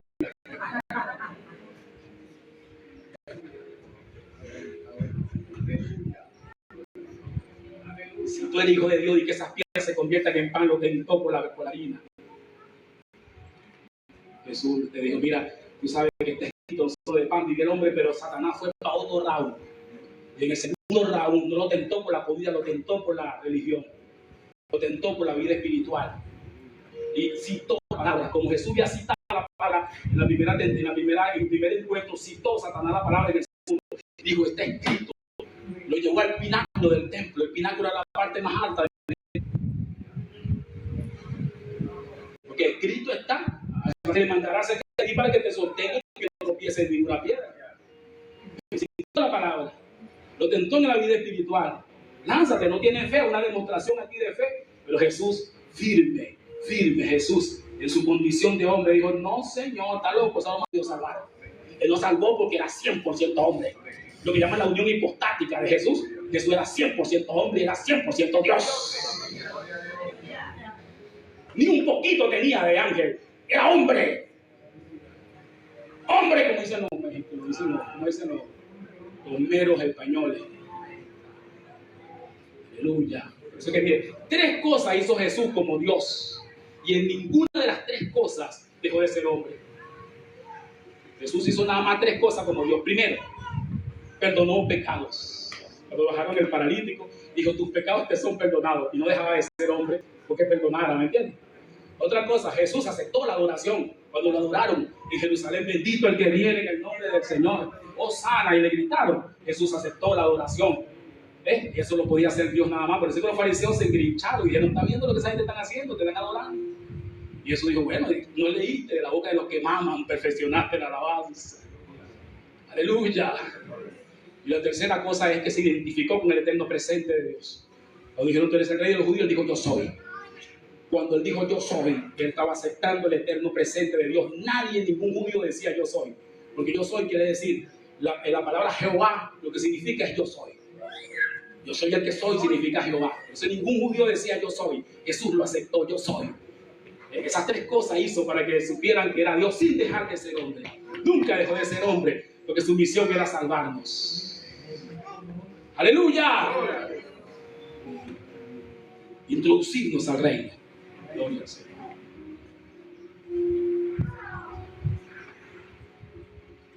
Entonces Satanás fracasó en la segunda. Y en la tercera vez, la tercer round es muy revelacional. Porque en el tercer round Satanás le hace una petición a Jesús. Que ahí es donde nos damos cuenta lo perdido que estaba Satanás del mapa. Ahí nos damos cuenta. Oh, pobrecito, Satanás debería venir a recoger. De hecho, él viene. Los demonios se sientan a escucharme.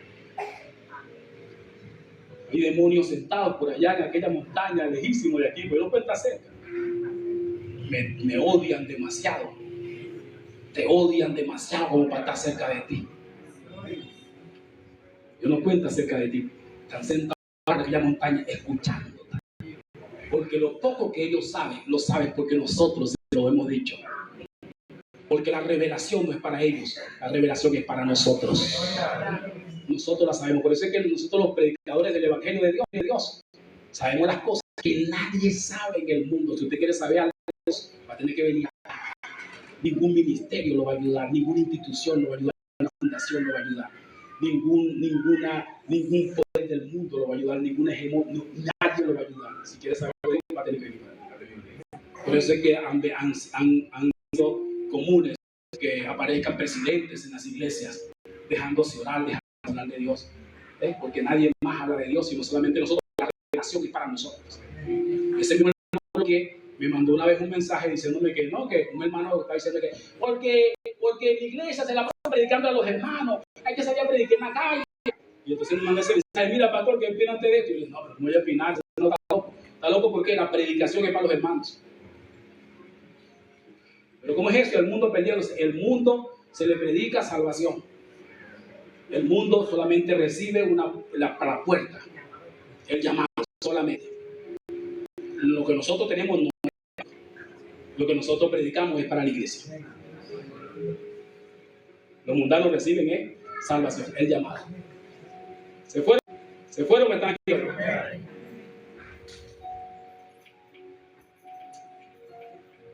Satanás debe venir a agarrarnos y atacar, porque Satanás, la tercera tentación, Satanás lo tentó imperialmente, lo tentó, le mostró su imperio del mundo. Dice que Satanás le llevó a un lugar alto y le mostró los reinos del mundo y la gloria de ellos. Le mostró los imperios, le mostró la grandeza de esos. Yo le recomiendo, hermano, que usted vea los programas esos que aparecen en la televisión, los programas esos que aparecen en History 2. Allá aparece un programa que habla de los grandes derrochadores, de los hombres que han derrochado más allá en el mundo, quienes han hecho la fiesta más grande del mundo. Yo quisiera que usted viera un programa de eso. ¿Cuántos han visto un programa de eso alguna vez? Usted sabe que a veces uno no se sienta a ver esas cosas que le parecen muy fastidiosas, pero hay mucho contenido en esas cosas que yo la veo. Ayúdenme con una silla ahí, por favor. Gracias. Yo las veo y yo me disfruto mucho viendo algunas cosas allí. Esos grandes derrochadores, casi todos los derrochadores. Hay una lista de los hombres que es la fiesta más grande del mundo. Y esa fiesta más grande del mundo, esos grandes derrochadores, la mayoría fueron emperadores. Emperadores británicos, emperadores romanos, emperadores mongoles, quienes tenían la fiesta más grande del mundo, quienes tenían el barco privado más grande y mejor del mundo, quienes tenían yo creo que Satanás le mostró a Jesús todo eso, le mostró todo ese derroche, toda esa gloria que tenían ellos. Y se la mostró a Jesús como creyendo que Jesús es ángel, como ellos. Y ahí es donde tú te das cuenta que Satanás estaba perdido, porque si Satanás hubiera sabido que Jesús era Dios, jamás le hubiera hecho esa propuesta que le hizo. Porque dice la Biblia que Satanás le mostró toda la gloria del mundo a Jesús y le dijo: todo esto te daré si postrado me adoras. ¿Cómo Satanás iba a creer que Jesús lo iba a adorar si Jesús era Dios? ¿Alguien está aquí hoy? Pero qué locura. Él no sabía que Jesús era Dios. Estaba perdido, ¿me entiendes? Perdido. Primero no sabía que era hijo de Dios, pero escuchó la voz en el desierto, en el Jordán, cuando dijo: este es mi hijo amado. Después no sabía que era Dios. Si no le hubiera presentado esa tentación: todo esto te daré si postrado me adorares. Jesús tenía que decirle: mira, Satanás, por si acaso tú no sabías, yo hice todo. Yo soy el creador de todas las cosas. Más adelante él se enteró porque Juan le escribió. Juan escribió en el año 90 después de Cristo. Juan escribió, y en su capítulo 1, el Evangelio de Juan, dice que el principio era el verbo, y el verbo estaba con Dios, y el verbo era Dios. Este era desde el principio con Dios. Todas las cosas por él fueron hechas. Sin él nada de lo que ha sido hecho fue hecho. Ahí fue donde Satanás se enteró. Pues Satanás se va enterando las cosas de nosotros. ¿Aló? Eso no quiere decir que no abra la boca. Quiere decir: no, Satanás debe escuchar. Es algo que te escuche, pobrecito, que sepa algo. Igual no nada por eso es para nosotros. Están aquí, la verdad es para nosotros. Una cosa que yo entendí hace unos años, yo lo estaba compartiendo a ustedes. Yo predico, y cuando yo antes de predicar no puedo compartir lo que voy a decir con alguien. Yo estudio el mensaje, lo repaso, lo estudio, lo bloqueo a las 5 de la mañana. Cuando vengo para acá, lo bloqueo a las 5 de la mañana. Cuando pico los miércoles, escribo lo bloqueo a las 6 de la tarde. Yo escribo lo último que escribo es el bloqueo. Para que Satanás no vea lo que yo estoy haciendo. Porque un día me enteré, y cuando Satanás ve que lo que yo voy a decir me entorpece. Entonces, cuando me enteré, me di cuenta bien, entonces me quedé tranquilo. Una vez le dije a un hermano: no puedes estar hablando lo que vas a decir así, de esa manera. No, a mí no me entorpece. Sí te entorpece. Al siguiente día lo vi enredado. Y creo que apuntas, escribe. Ora y ten comunión. Ora, ten comunión. Apunta, ten comunión. Deja que eso sea una bomba. No sea para que el diablo no oiga. Él te está escuchando. Porque tú eres un espía y tú tienes información. La información que tú tienes no es para él. Él agarra segunda mano como daño colateral. Pero la información que tú tienes es para ti y es para los hermanos. ¿Alguien me está entendiendo hoy? Entonces tienes que aprender también a guardar lo que Dios te vaya dando, a irlo guardando, ir grumeando, hasta que sea el momento. Diga: suéltalo, tú lo sueltas. ¿Está conmigo? Todos los predicadores que hay aquí, y cientos de predicadores aquí en este lugar. Gloria a Dios. Claro, no sabía que eso era Dios. Wow. Y escuchar el mando al Dusi. Y el mando al Dusi. Escuchar no es que lo escuché, sino que uno va pasando y uno lo encuentra así, se lo tropieza. Yo siempre lo borro, pero me tropiezo cada tipo por ahí. Uno se detiene un minuto. Entonces él decía que Jesús Satanás, él decía algo, estaba hablando de mí. Yo me quedé escuchando a ver si él sabía, pero me di cuenta que no sabía. La mayoría de sus hermanos no saben que Jesús, no saben que Satanás no conocía a Jesús. No lo conoce todavía porque ese es un privilegio para nosotros. Nosotros somos la novia de Jesús. Jesús es el novio de nosotros. A ver, ¿a usted le gusta el novio de alguien que está desnudo para todo el mundo? Ahí está. La novia de alguien está desnuda para todo el mundo. Ni Satanás nos conoce a nosotros, ni conoce a Jesús tampoco. Nosotros tenemos un matrimonio. Nosotros tenemos una intimidad. Satanás conoce lo que está por encima, pero lo que está por encima, pero lo íntimo, lo interior, lo interno, eso lo sabemos nosotros nada más. Eso es nuestra riqueza. Conocer a Dios es nuestra riqueza, nadie sabe eso. Gloria al Señor grande. Y cuando usted entiende la palabra de Dios, siéntase poderoso, siéntase grande, esa es su grandeza. Bendito el nombre del Señor. Aleluya.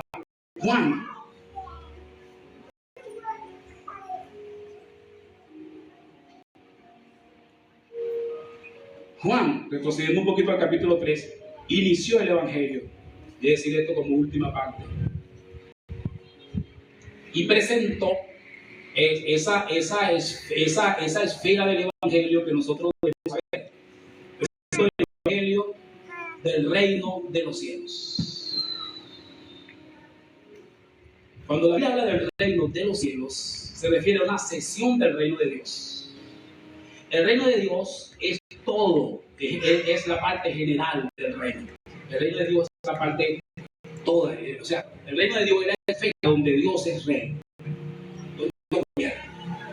Es decir, que el reino de Dios abarca desde Abraham, desde Adán, desde su José, desde Abraham, hasta el cielo nuevo y la tierra nueva. Todo lo que Dios gobernó y gobierna en esa área, en esa esfera, es el reino de Dios. Pero cuando hablamos del reino de los cielos, no referimos a una sección solamente del reino de Dios. El reino de los cielos es la iglesia. Quiere decir que cuando Juan dijo, el reino de los cielos se ha acercado, ya estaba anunciando a la iglesia. Señores, estamos cerca de ver la iglesia, es lo que está diciendo Juan. El reino de los cielos es la iglesia, contiene a su vez el reino mesiánico. El reino de los cielos está compuesto por la iglesia y por el reino mesiánico de Dios. Quiere decir que el reino de los cielos tiene dos aspectos. El primer aspecto es celestial, es espiritual, es el aspecto de la iglesia. La iglesia es el reino de los cielos. Y el otro aspecto es visible, habla de la manifestación, porque se refiere estrictamente al reino que va a vivir en la tierra durante los 1000 años. Cuando venga el milenio, presta atención por favor, a ver si me puede explicar. Cuando venga el reino milenial, cuando Cristo venga a esta tierra por segunda vez, va a comenzar el reino milenial, el reino de los 1000 años. Por eso es que estamos deseando que Cristo venga. ¿Cuántos desean que Cristo venga? Aleluya. Cristo viene. Yo no sé, yo estoy loco porque Cristo venga. Yo no sé, hermano, no me interesa nada. Yo estoy loco porque Cristo venga. Estoy loco, hermano, loco. Mire, hermano, yo estoy borrando sueños, borrando deseos, borrando. Deseos que ahora no tengo. Yo estoy loco porque Cristo venga.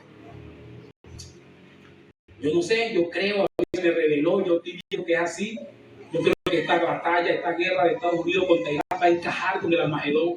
Yo creo que esta batalla va a encajar con el Armagedón. Le voy a decir qué es lo que yo creo proféticamente en el nombre del Señor. Usted tómelo, examínelo y retenga lo bueno y deseche lo malo. Amén. Les recomiendo que vea esto con claridad. Yo opino que esta guerra con Irán no va a terminar tan fácil ni tan rápido. Esta guerra con Irán ellos tienen que doblar el brazo a Irán completamente. ¿Sabe lo que es completo? Hasta el punto de montar sus bases militares en Irán. Y usted sabe que para montar bases militares en Irán, un país que ha gritado tanto de independencia, un país tan rico en su historia, en su creencia, en su religión, doblar el brazo a Irán no debe ser ninguna mantequilla, no debe ser fácil. País Irán en la mejor, en la peor para ellos de las negociaciones, jamás va a dejar que monten una base militar allí. Sin embargo, Estados Unidos va por todo, van por todo. Una declaración de Donald Trump reciente es: ríndanse o van a morir. Me parece a la paz romana, muy parecido a la paz romana. Bueno, de hecho, él es un César romano. Según la Biblia, es el séptimo César. Por eso está hablando como un César.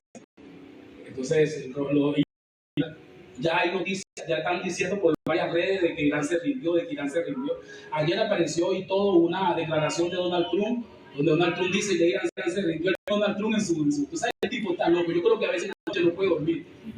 Y entonces le da ataque de no sé qué. Y a lo mejor se recuerda el poco de niñas que violó y lo que mató y toda esa broma. Y eso no debe ser fácil, hermano. No podía dormir que una vez que robé a mi abuela. Yo dormí una gente que mató 50 niñas, ¿entiendes? O sea, nada más que tú te pones a ver la broma, no debe ser fácil, hermano, son seres humanos. Están llenos del diablo, pero son seres humanos, hermano, no debe ser fácil. También está atormentadísimo, también está loco, ¿entiendes? Entonces parece que en estos días puso en su cuenta, creo que fue anoche, estaba viendo Lizania y yo, que puso en la cuenta que Irán se había rendido, que ya habían doblegado, que había esa rendición de Irán, ni Irán se rinde, ellos lo van a aceptar, porque ellos no van a aceptar una negociación chucuta. Por lo menos la negociación que hicimos con Venezuela fue prácticamente, no tuvimos mucho en la negociación con Venezuela. Tuvimos que sacar el pie de la intervención rusa, sacar el pie de la intervención china, sacar el pie de varias cosas allí.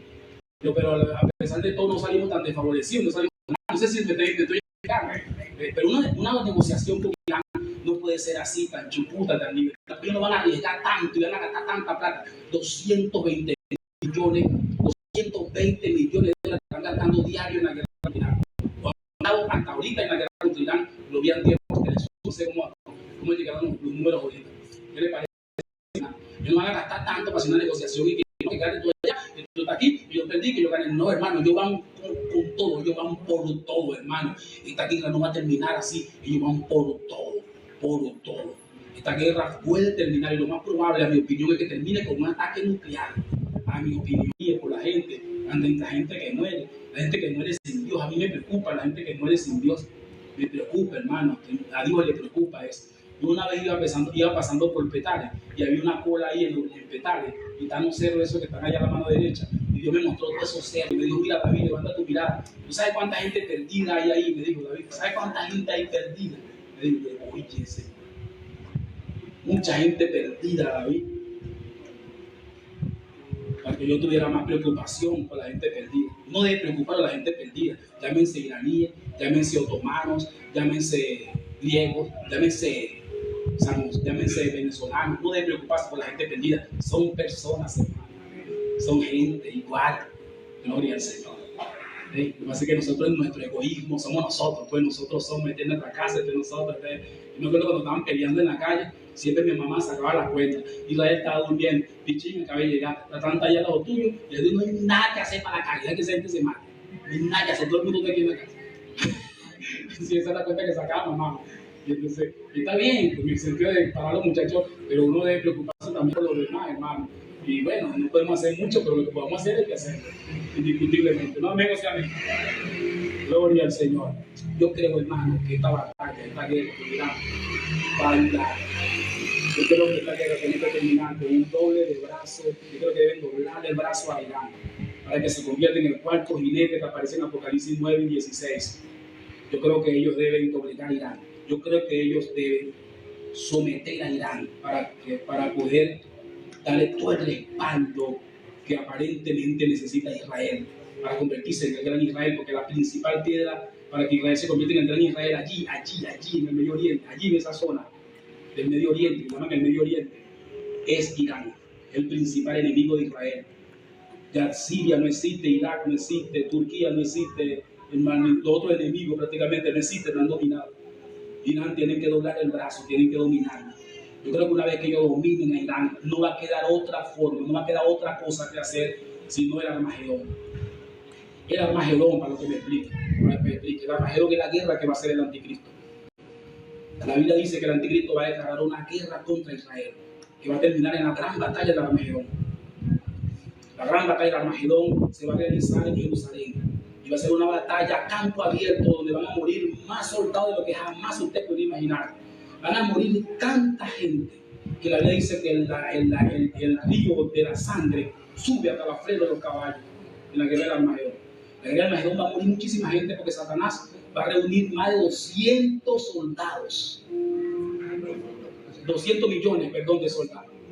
Es tanto así que, claro, en ese momento, escuche bien, en ese momento, cuando el anticristo le declara la guerra a Israel, en ese momento el hegemón es absoluto.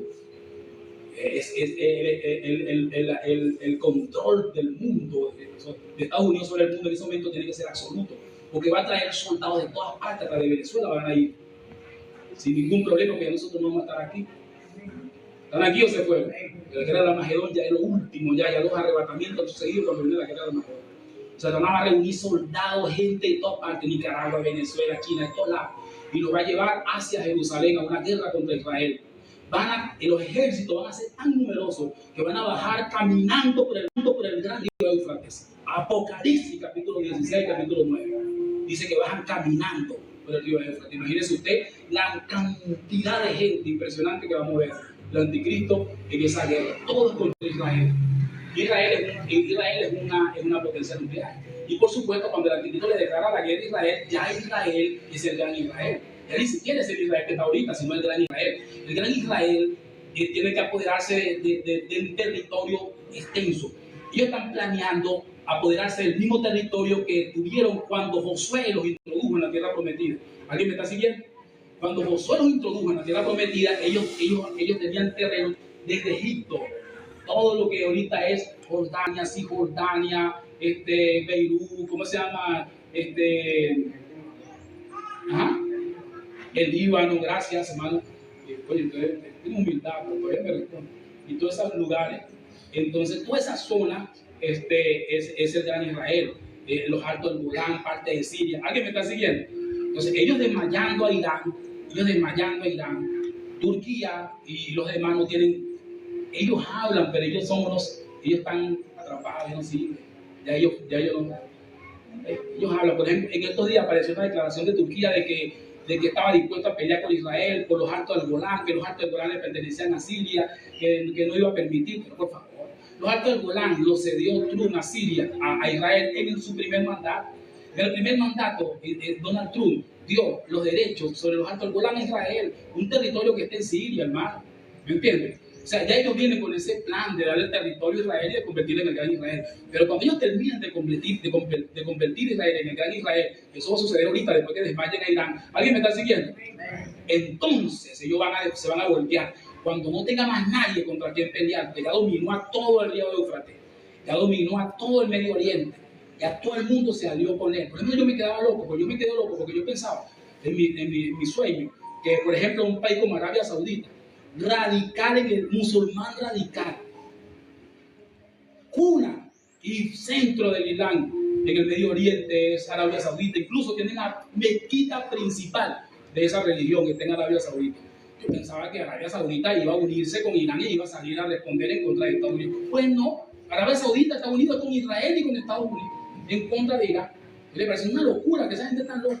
El diablo es el diablo, hermano. El diablo no es otra cosa, sino el diablo. No puede ser otra cosa. Porque, sinceramente, no amén, o sea, amén. Ahí no hay nada, gloria a Dios.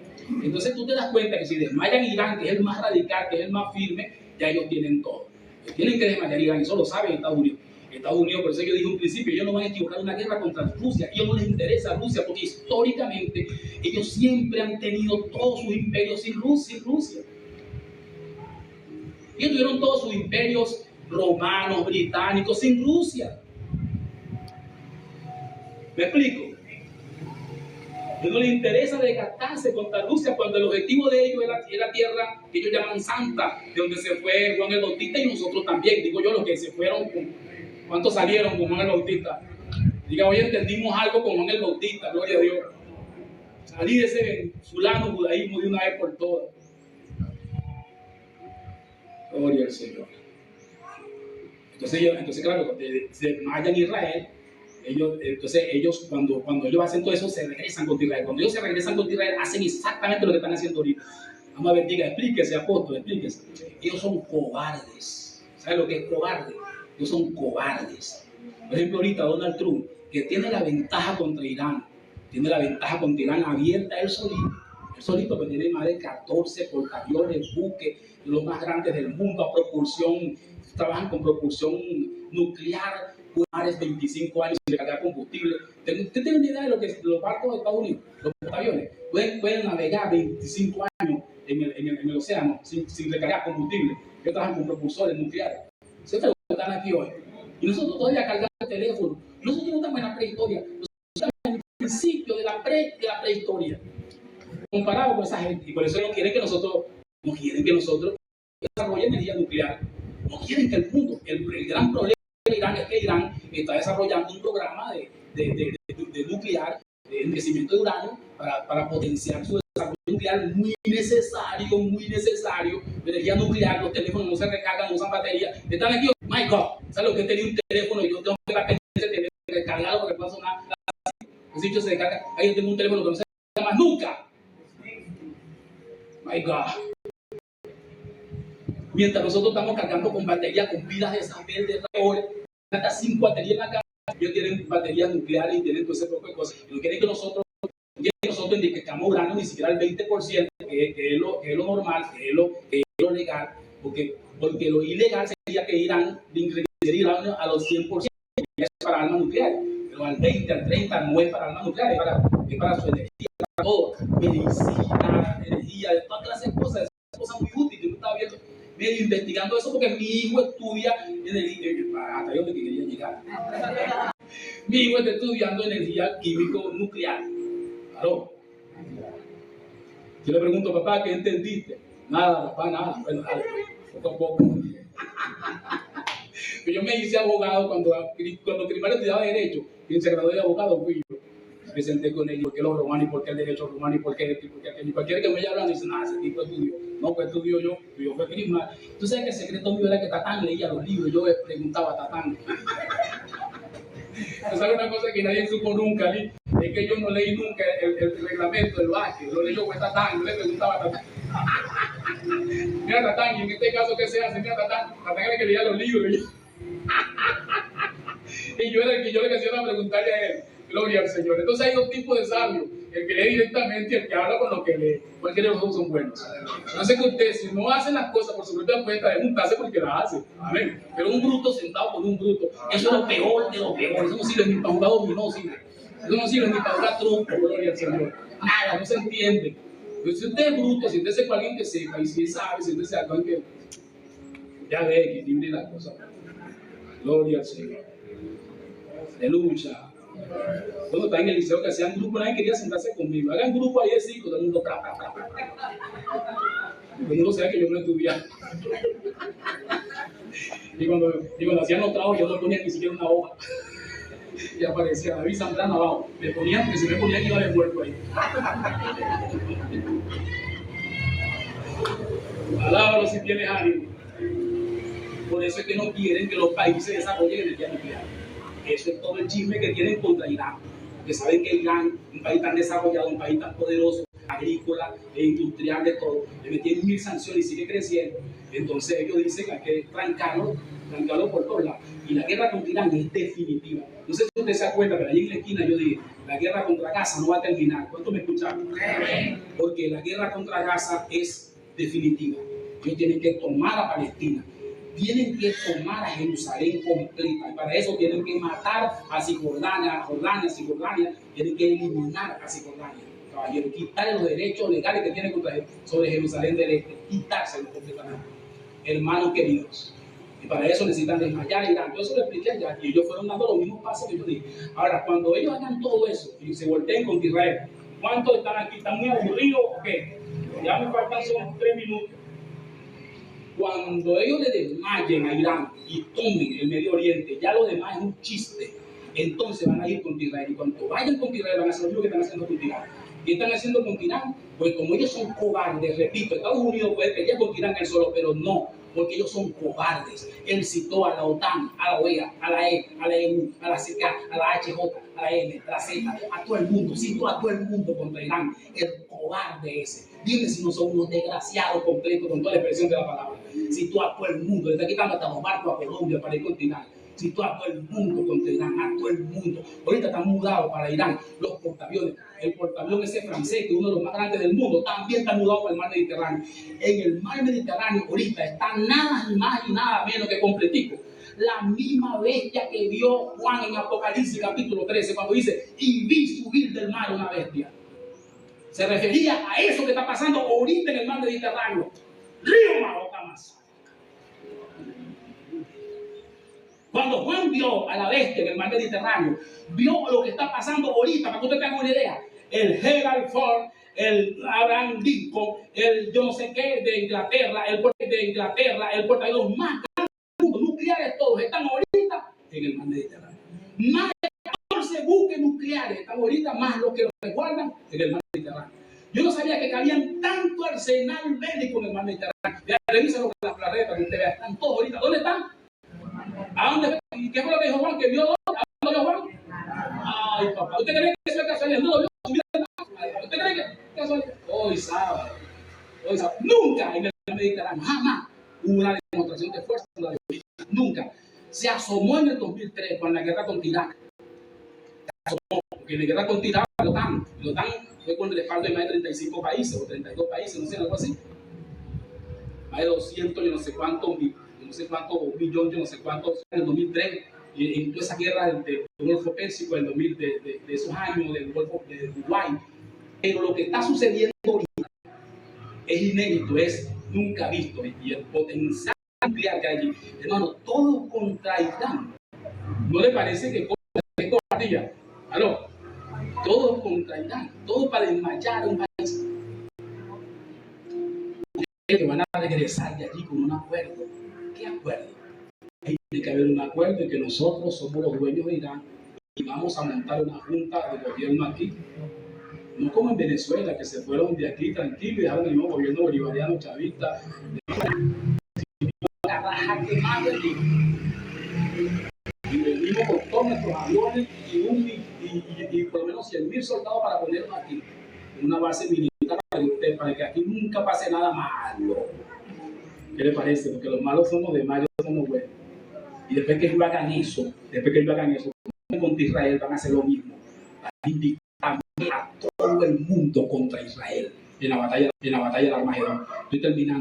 Van a invitar a todo el mundo contra Israel en la batalla del Armagedón. A todo el mundo. Es tanto así que la Biblia dice que el anticristo reúne 200 millones de soldados. Es tanto así que en la tierra hay un río de muerte que de tanto muerto que hay, que la sangre ensucia hasta los frenos de los caballos. Es tanto así que el Señor tiene que venir exactamente ese día de la batalla. El día de la batalla, cuando están todos los ejércitos reunidos contra Israel, todos, de todo el mundo.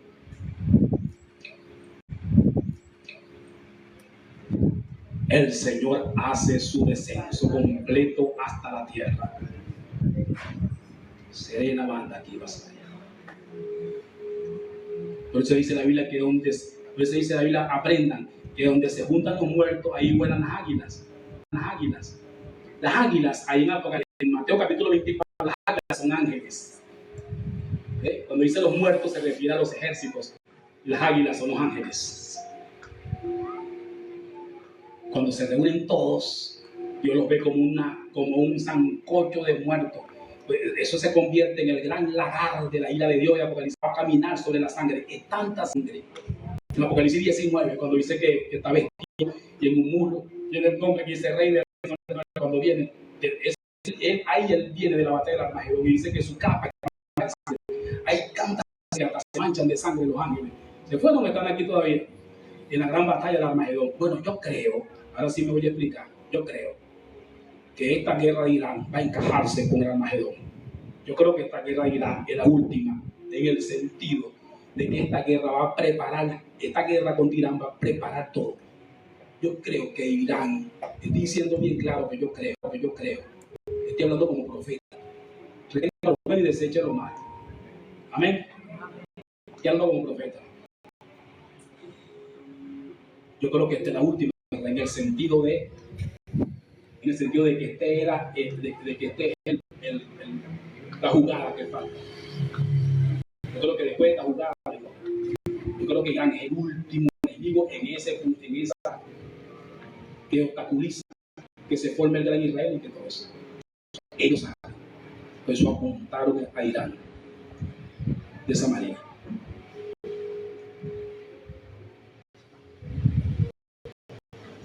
Mientras tanto, ¿qué vamos a hacer nosotros, hermano? Regresemos. Están volando todos, se fueron por todos lados. ¿Qué vamos a hacer nosotros? Regresemos. ¿Qué vamos a hacer nosotros, hermano? Bueno. Vamos a seguir trabajando con la gente como Dios nos mandó. Hay que hacer el encuentro. Mañana tenemos post-encuentro. ¿Dónde post-encuentro? De post-reunión. Hay que seguir trabajando, hay que seguir madurando. ¿Cómo es posible que maduremos, hermano? Maduremos un poquito hoy, hermano. Y si había algo en el corazón con respecto al templo, ahí estamos reuniéndonos ahí. Necesitamos un templo, chicos. No estamos reuniéndonos ahí. Necesitamos un templo, chicos. Para nosotros cantar bien, nosotros tenemos que cantar la canción que cantan todos los evangélicos del mundo. Dice que Jehová está en su templo. Jehová está en su templo, alábale que él vive. Jehová está en su templo, alábale y él quiere bendecir. Y así. ¿Eso es lo que ustedes quieren? ¿Eso es lo que ustedes quieren o seguimos adelante? ¿Ustedes quieren? Yo quiero. Seguimos adelante, seguimos madurando. Amén. Nos sirve mejor que las cantas de ese templo. Amén. Es más, hemos visto a Dios. Ya no mencionamos la palabra Jehová porque hemos visto a Dios. A Jesucristo, ya no hablamos de Jehová, porque hemos visto a Jesucristo. Aleluya. Seguimos adelante, hermano, en esta edificación. Maravilloso. Tenemos que hacer el encuentro. Tenemos que tratar de hacer todo lo posible porque todos los hermanos que Dios está agrupando aquí en este lugar lleguen a la edificación, maduren. Ya el Señor está a punto de venir. Aleluya.